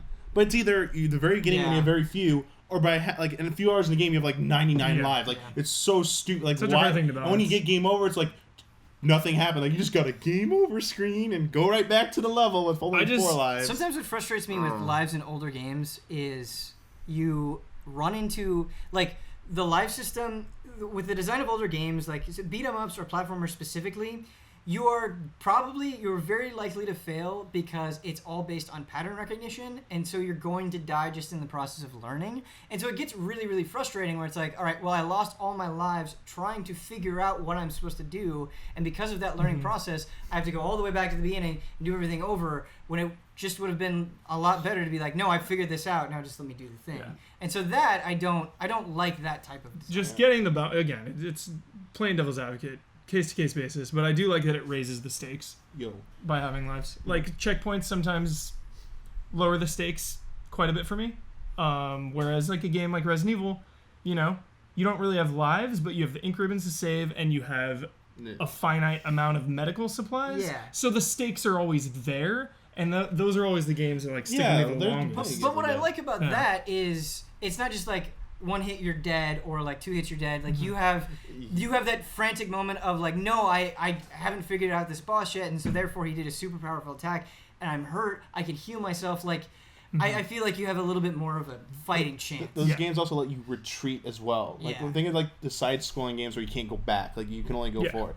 Like you made Resident Evil. The original Legend of Zelda didn't have lives, but the only saves you had you only saved any meaningful progress when you got a new item or you completed a dungeon. Okay. Like when you completed a dungeon, it would save it, but like if you died, that's cool because then until that, you know, you have those stakes while you're going through that dungeon. Like all the enemies, if you die, the enemies would reset. I think would reset in that dungeon. You got game over, start again. Hey, look, all the enemies have respawned in that dungeon. You got to go through all that again. But if you got the item, you still have the item. Like you got the item. We're giving you that. Like, lives come into a factor on shorter games too. I could see that because it extends the duration of the game. Like, you're playing The Witcher, you don't want lives unless you're like a vet. Because like if you're playing that game for the story and you die, you're like, well, fuck that. I'm not playing 30 hours again to go through all that. No, you're not hardcore enough, guys. World of Warcraft lives new feature in Legion. Dude, you die, you go back to level 1. Hell yeah, you lose everything. Diablo hardcore mode. I mean, same sure, thing. if you want to be able to do that. I but love that. 10 years the only way you could play. 10 years of progress gone. They should have a hardcore server. They should. They do. That'd be cool. That'd be cool. You die in PvP, you'd lose it all some asshole's just gonna be camping the starting zone and just killing everybody. But like, think about how high stakes are there. And the social element that would force. The server starts at all of everyone's level 1 on that server, and it's just like dog eat dog. Race, dude, a race to level. Oh my goodness. We're gonna move on to our next email from Gordon. What are the Allies' picks for the game of last generation? Either 360, PS3, or Wii game will do. Personally, I will go for Batman: Arkham Asylum. Last of Us. I'm gonna go with Red Dead Redemption. I'm gonna go with Demon Souls. Nice. Oh wait, no, I love Red Dead Redemption a lot, but I think I'm gonna go with Dark Souls. Yeah. What am I thinking? I'm gonna go with Dark Souls. That was a mistake. It's okay, you rectified it. I rectified it. Yeah. Holy cow. Justified. Dark Souls for sure. It's tough. It's on you, Dums. Oh man. You just gotta pick one. Super Mario Galaxy. Nice like it. Great pick. pick, Yeah. dude. Cool. Well done. Our next email, I'm going to butcher this name, I apologize, is from Hassanine. I think that's how you pronounce that. Hassanine. I like this question a lot. Which mini games would you like to be seen turned into a real life product, sort of like physical Gwent cards that were sold? So something that you can, a little fun thing that you can do in a game. That Triple is Triad. brought to real life. So that actually has been brought to real life. Oh. I think so. Oh, okay, cool. Hot rope jump. From Mario Party? Mario Party. A flaming rope. You have to jump on? Or jump through? The Lickitung sushi game from Pokemon Stadium. Blitzball. All right. Yes. Okay. That's a good There one. you go. That was pretty good. Geez, I got nothing. Nothing? Think about it. Well, I'll read the next We'll come email back. and you can think about it. This is from Christopher. Hi, Alex. What do you think of the recent? Oh, this is a doozy. So get ready. What do you think of the recent? It's just a tough subject. What do you think of the recent localization masquerading as censorship furor? Nier Automata director Yoko Taro recently let slip in an interview that 8-4, who localized Nier 1, will be working on the sequel. You know, they made various positive changes to the original, which irritated netizens and caused cries of censorship once more. Nier was widely praised for its localization, but the current climate seems to have erased that goodwill. What would you guys want in future localizations? Total dedication to the original text, or text that sounds natural in English and is fun to read? Creator's intent. I'm usually with creator's intent all the way. I mean, I don't know what Nier was like necessarily or whatever. Creator's intent. But creator's intent can still be made. Like, localization is not a one-to-one. Like, That's not what it is. yeah, That's, no. that's translation. Can you give me like Metal Gear Solid 1 Yeah. is an amazing example of a game that was localized for the better, that made it sound more natural the way those characters were communicating with each other. I'm totally fine with like them changing the dialogue to make it match ours better and be more understandable, because they probably did direct translation wouldn't work properly. Yes. I assume, but I don't like whatever changes they do. Like, I want to make a using it. distinction between localization and censorship. I don't like censorship. I don't like you saying, well, we don't like the way that this is presented, or we think it's going to offend people. That sucks. I think that's a different thing than localization. I think making a game better by making it more natural, and not necessarily cutting things, but like smoothing the rough edges, is a good thing, and it has made games better and Sure. more well received. Yeah, I'm okay with that. Yeah, like changing outfits on ladies, a lot of times the way that Nintendo does it, I think it is overbearing and a little bit too much, and they're not really thinking about the audience with some of those games. Yeah, it's like, come on, the market you're trying to appeal to right now, come on. It doesn't make sense to me. I do disagree with that, but yeah. I wish I wish there was no censorship. Again, make your game. Mm-hmm. The MPAA will hand down a rating in accordance. That's a whole nother topic in its own right, and sales of that and whatnot. But I wish every game had the language of the country that the game originated from. The game The came option, from, so you the can. game came from Japan. It has Japanese. If it comes from America, it has English, and so on and so forth. Talking about and subtitled versus the No, the actual dialogue. The as an dialogue, option. but like, what do you want the text? Because the text might not necessarily match up to what makes sense in English or something like that. Usually, so I know what you're saying. You just want like straight Japanese with nothing on there. So like if you understand Japanese, or with it gives English you- subtitles as well. So your suggestion there about like English subtitles, like I don't know how they do it with games, but with anime, when they do the localization process, the subtitles are always different from the dubs, just because of the timing. So the subtitles are usually they're still localized in the sense like everything can't be literal translation, but it's a more quote unquote faithful translation of the original Japanese, because they can just put the words down there and they have more space to work with the time. The English dub though always has to be sometimes a little bit more concise, so they have to reword things a little bit more. So I do like that when anime do offer that. You do have the option to read like something as close to what the original Japanese language was saying, and then you have something that's a little bit more, mainstream, that it's meant to like make the game more accessible. I wish video games did that more. that they Yeah. did have a Japanese language track with English subtitles that were closer to that, and then the English dub was whatever they wanted to do. Yeah. Yeah. And that way I you mean, could I would love that satisfy too. both. You could satisfy both, groups pretty You know, much. I think the understand more it's- options, the better. Yeah, and I that is understand just it's like true. expensive and Yeah, it's logistical probably a goals, lot to but do that. it would be nice. And the Wishful thing thinking. is, I do think having that sympathy is important because, like we were talking about with tutorials, like game developers have to make tough decisions where it's like, well, we can't do everything. We Yeah. have to cut something even though we really Yeah. want it. However, I think being vocal about it and letting people know that, no, like, Yeah. we want more subtitled games. There's an audience for that. I think that is important. Saying Yakuza. that and really getting out there and vocalizing it. Yeah. Shout out Steve Yeah. 4Play on that. Yeah. Even doing it Yakuza style, like just not doing and English think about VO. how well that's been Sure. received. Yeah. You know? Yeah. And how, like, I can't imagine. I mean, obviously in Yakuza 1, it was in dub, and it was terrible. Yeah. Like, I don't want to play Yakuza 3 or 4 or 5 in English. It just No. wouldn't feel right. No. That game is about Japan, yeah, it's you know? Japan. That doesn't make any sense. And I've totally, I want to say it here. During the Persona episode of Frame Trap, I definitely was like, come on, you're making too big of a deal about the thing with Persona 5 and not having subtitles. And I totally have done No, we had a on great that. discussion. No, but I agree with you. I think I wish that option was there for Yeah. people that For want it. a game Especially like that with for- a fan base like Yeah. that, Yeah. I think it's a big misstep not having it. Especially yeah, for Persona, I totally agree with you. because I totally Persona agree. is like AAA, right? We can call Persona 5 a AAA game, like in terms of budget and stuff.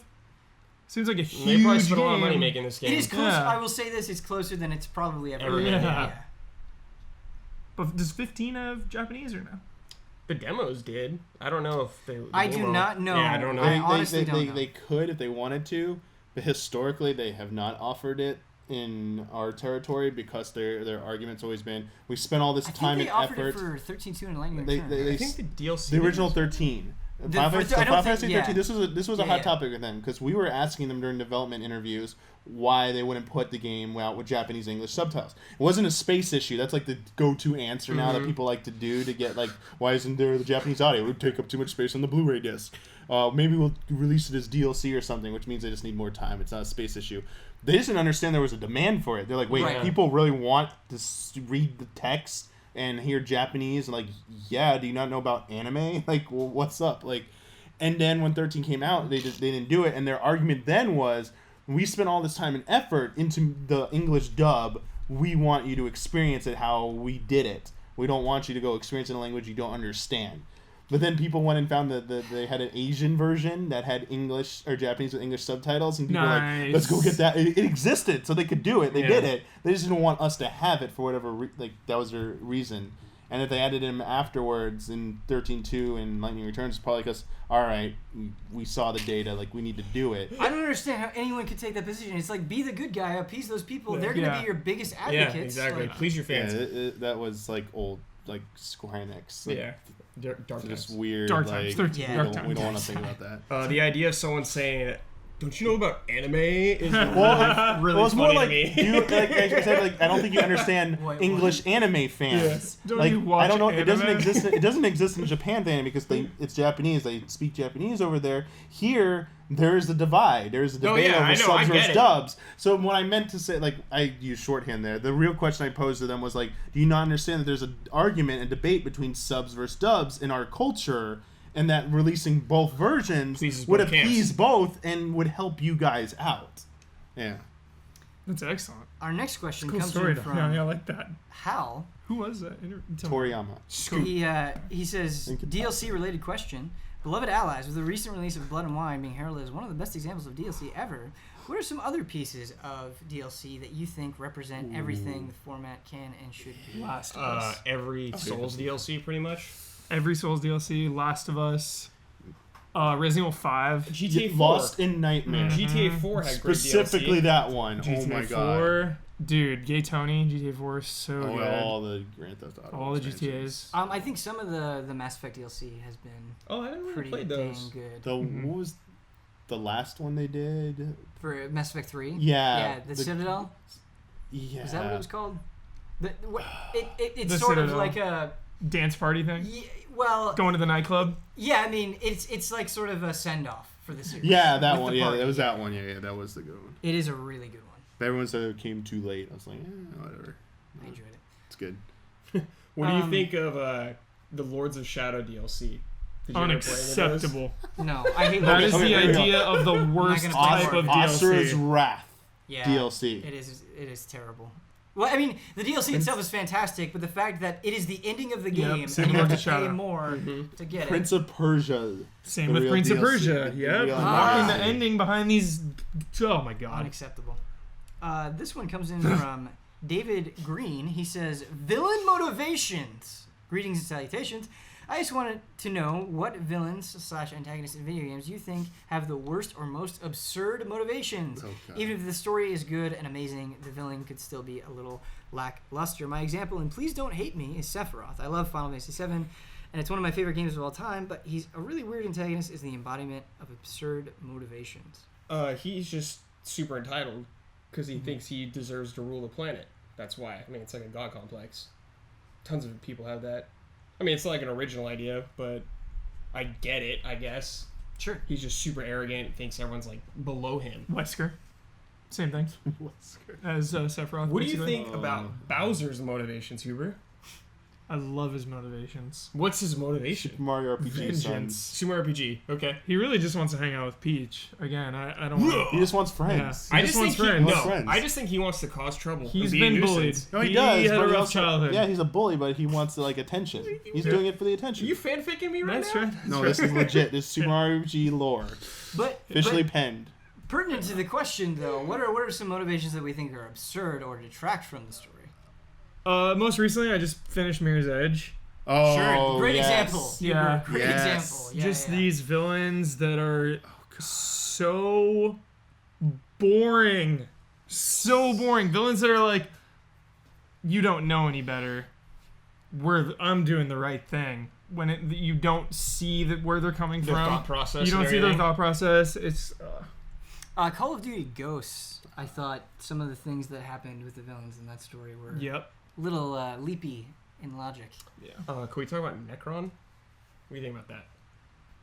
Necron. Final Fantasy 9. Oh. I love Final Fantasy 9 is my favorite Final Fantasy. Yeah. I love Final Fantasy. I don't love the end of Final Fantasy. It goes places very quickly that are super bizarre and feels very slapped together. Yeah. What about Barthandelus? That was- I don't even know what was the motivation. Appears It out doesn't of even make any nowhere. sense. Dude, I remember actually thinking he was pretty insane about like gods and all this, and like people are just like the spawn of like the higher being. Like it was pretty crazy. There's an idea there, but the way idea's they there. explain it, Yeah. it's just like, we're doing this now, and it's like only after the fact that you very meticulously have to try to piece it together Yeah. because there's no flow to it. Yeah. Barthandelus. He could have been cooler than he was. Yeah. That's a hard question that I need to do some research on Sometimes- because there's so many terrible villains that are just Yeah. like, I'm evil, but I think I'm good. Yeah. I'm doing the right thing for the world, and I'm gonna just like the Watchmen situation where it's like I'm gonna destroy a bunch of people to make the lives of more better. You know? For me, it's like not necessarily their plan. It's about how they go about doing their plan that Yeah. has the impact on me. Best Absolutely. still is Dr. Wily because his job is just to kill Mega Man. And he builds robots and stuff, try and stop them, builds a labyrinth.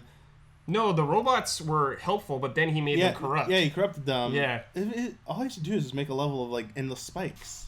Yeah. Just kill Mega Man. Like, Riley's not spending smart. all this money on this stuff, like spend half the money, build a level of spikes. Mega Man can't progress. Kill Mega Man. Maybe the robot mashers built that He world. Dr. or Wily, that I think, level. does it because he wants to be caught.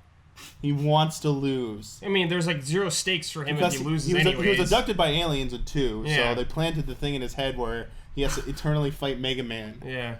Some Yeah, villains some with serious the lore. best motivations. Oh. Naruto. Naruto. 10 villains have like the best motivations possible. Sick. Yep. Great villain. So many Oh, villains, God. dude. Just Oh, my like God. like Like, that was the deciding moment of where I'm like, yo, this is better than Dragon Ball Z. Come at me. Sorry. Let's bring up your boy. So many. Orochimaru. Orochimaru, Kakuzu, Pain, Madara, all these guys, dude. Just legendary. Once upon a time, So good. I thought dramatic, sympathetic sob story backstories for villains was cool and amazing. When I played Metal Gear Solid, I was like, whoa, these villains have like such sad stories. Then I watched anime. I was like, holy shit, this is the most cliche Well thing said. in the history of the universe. But then you got just badass Yeah. people like Orochimaru Yeah, who just not- want to be the- immortal. Yeah, there's not a lot of villains like that in All right, Naruto. Naruto Shippuden, The at Wind least. This is one of the Not few even times I'll close. praise this game. The Wind Waker's Ganondorf. He just wanted his people were in a scorched desert, no vegetation, no water, just struggling to survive. They had neighbors who they asked for help, Hyrule, but they were treated as outcasts. He was just trying to conquer it to give his people a chance to live. And he has this monologue at the end where he explains, like, I coveted the winds and the green fields of Hyrule. I just wanted my people to have a better life. So I went about it in a really horrible Boom. way. Yeah. So Boom. wait, 7.8? Sympathetic. Simple. And Is the, that a- is the that a- gods, the gods still is that a 7.8 condemned him. motivation? The gods were like, you still can't win. Your people still get to suffer. And then Twilight Princess happened. Like, Hyrule executed all of your people. Yep. Murderers, genocide. Genocide, mass genocide. Hyrule family, evil mofo's. Better be careful. Well, That- the Gerudo's Put a pretty, hit- put a- pretty bad Put people. a hit out on you with Sheik. Sheik The will come and throw a 7.8 freaking dagger in you. Is like the most Yeah. grievous sin Yeah. of our collective group. Dude, for real though, Yeah, Orochimaru has the greatest motivation Yeah. on the most cliche Yeah. motivation. It's a twist on a cliche that makes it just can't get into details, but Our 10 out of last 10. question comes from Edwin. He says, "Hi guys. So recently I've been getting super excited for the 7 remake and Final Fantasy 15. To celebrate, I decided to go back and play some of my favorites. First went to 4, but for some reason couldn't get through it. I actually never finished 7 as a kid, so I tried that next, couldn't really get into it. Then 9, my all-time favorite game, and I couldn't do it. After the 3rd attempt, I realized something. I just can't stomach traditional JRPG turn-based combat systems anymore, and it hurts me. Ooh. I am a champion of traditional JRPGs, always recommend them, etc. But I haven't played a turn-based game in 5 or 6 years, and I just can't do it. It raises the question, which I would like to propose to the panel. Do you think the traditional turn-based RPGs have a place in the mainstream world of gaming anymore, or have they been relegated to boutiques like I Am Setsuna? They have a mainstream. Persona is going to be mainstream.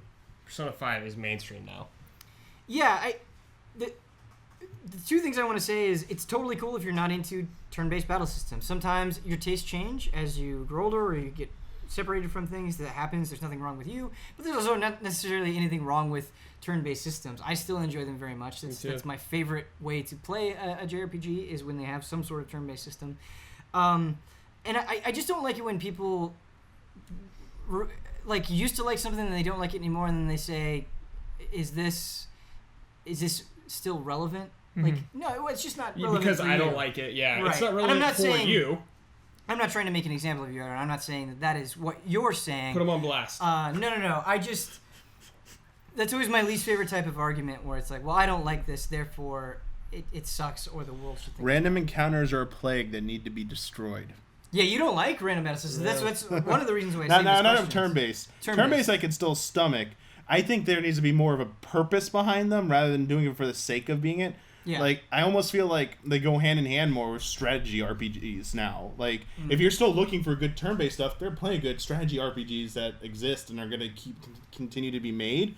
Go to those. They still have Yeah. a place, and I think there's more purpose behind that. Like, you need to calculate your moves and stuff. There's meaning behind it. There's still meaning in turn-based stuff, but I feel like unless you have like what Final Fantasy VII did, where if you wait too long, your enemy can go. Like you don't just like it just freezes the game. You have eternity to think about it. I think it takes a little bit out of the tension at a certain point in the game. Eventually, you learn how like everything the spells work and stuff, and you get how it's gonna be.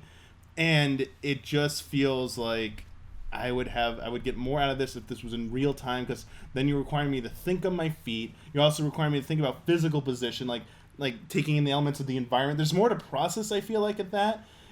But if they're going to stay turn-based, they need to give me more to think about to justify why you're slowing down the combat to be So, like that more methodical it approach. sounds you like it needs to be methodical. you like ATB though way more than waiting. Oh yeah, like ATB is fine because if you take too long to think about it, Yeah, it's you like, oh, still get enemy's gonna still wail on you. It's like shit, like A lot tension. of I games gotta think have about that, that. though. Like, if they Yeah. have the ATB with waiting, you can take off the Or, waiting. like, Final Fantasy 12 has that. Yeah, and like Final Fantasy X, you can actually see like the turn-based. It showed you what your action would do to the lineup of moves. Like this is gonna take this is a long cast move. You're actually gonna lose a turn down the line. Mm-hmm. Like you could see like the outcome of what your action was going to be. Like that's type of stuff I think made it more interesting. I just don't want to go back to like any NES, SNES turn-based stuff where like you don't have like a consequence for waiting all the time if you don't want to, if you don't have active time existing. It's just like just sit there, the enemy's gonna wait for you, I'm gonna think about this forever. It's just like there's I just don't like it, the tension went away for me at some like would go away. Back then it was like holy shit, like a boss battle, like I needed the time, but maybe it was because I was younger and maybe because the like it was still new, games are still new. But now it's just I need more of a reason. Like there needs to be more depth. That sounds weird to the turn-based system for me to probably get into it versus like a real-time combat system in an RPG game. I don't know. Definitely. I mean, there are definitely a lot of turn-based JRPGs that I play where it's like, man, what you have here is basically a framework I've seen 1,000 times, and what you're adding is not enough to really give me more depth or erode that monotony of constantly fighting things. But I think some games have done it really, really, really well. I think Bravely Default is an example of taking something that is classic and throwing in A unique twist. A unique twist that really changes how you approach and think about definitely. battle. I think Tokyo Mirage Sessions is another game that is definitely takes a bunch of ideas from different things and combines them in a new, fun way that really forces you to think and punishes mistakes so severely that it keeps you on your toes and it keeps that tension there. I liked two examples I can give to defend like how I like turn-based stuff. Golden Sun, with the Jin system. Basically, like you spent Jin points or whatever, like when you use like a spell or whatever, but you could like stack them with different players, so you could make each battle pretty unique in terms of how you arrange like the Jin like slots.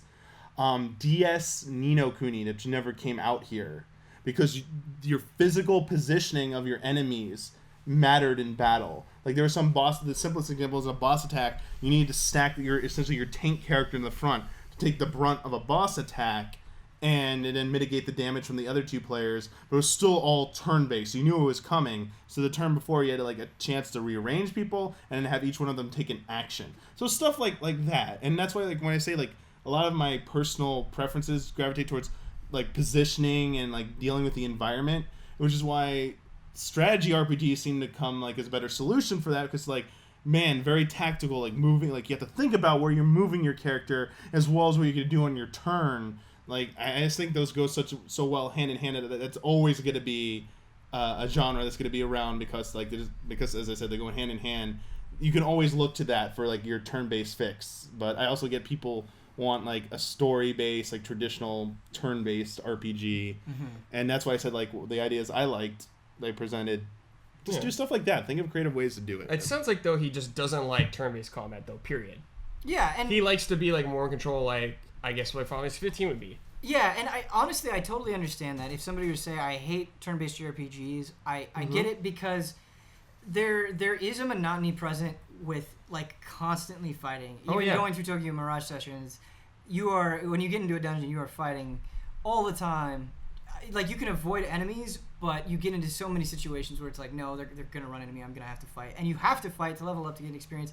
But for me, and it's not gonna be the same for everybody, there's this sort of comfort zone that I kind of like with that, where I feel like you get into a rhythm and just slowly seeing yourself get powerful. It's sort of that grind to a big moment I like. Well, and to build on that, Ben, it's like you go in a dungeon for like 3 hours non-stop battling. There's nothing like conquering that boss, getting out of there, going back to town, looting up, buying, interacting with shop owners and everything for another like hour or so without any combat. I love the balance. Right, and I love there are so many games I play where it's like it's climax after climax after climax, like they're always hitting you with something exciting.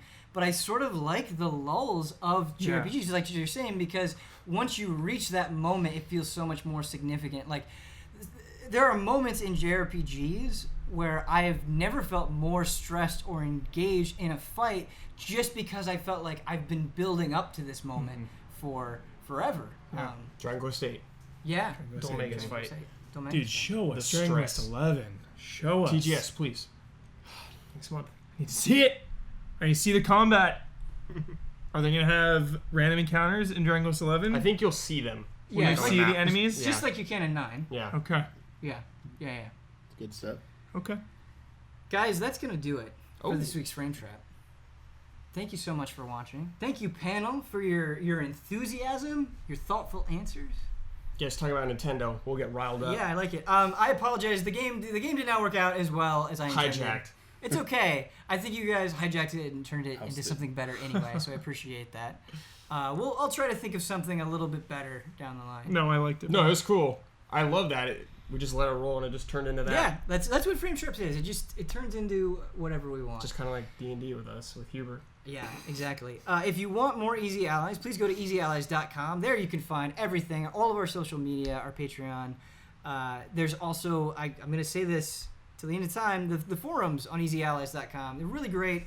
Super awesome people that want to interact with you, that want to be positive about games Safe and about place. Easy Allies. It is a safe place. And our Discord. We have an Easy Yeah, Allies we do have Discord. an Easy. Thank you, Brad, for bringing that up. I would have forgotten. People in there chatting, playing games with people. Yep.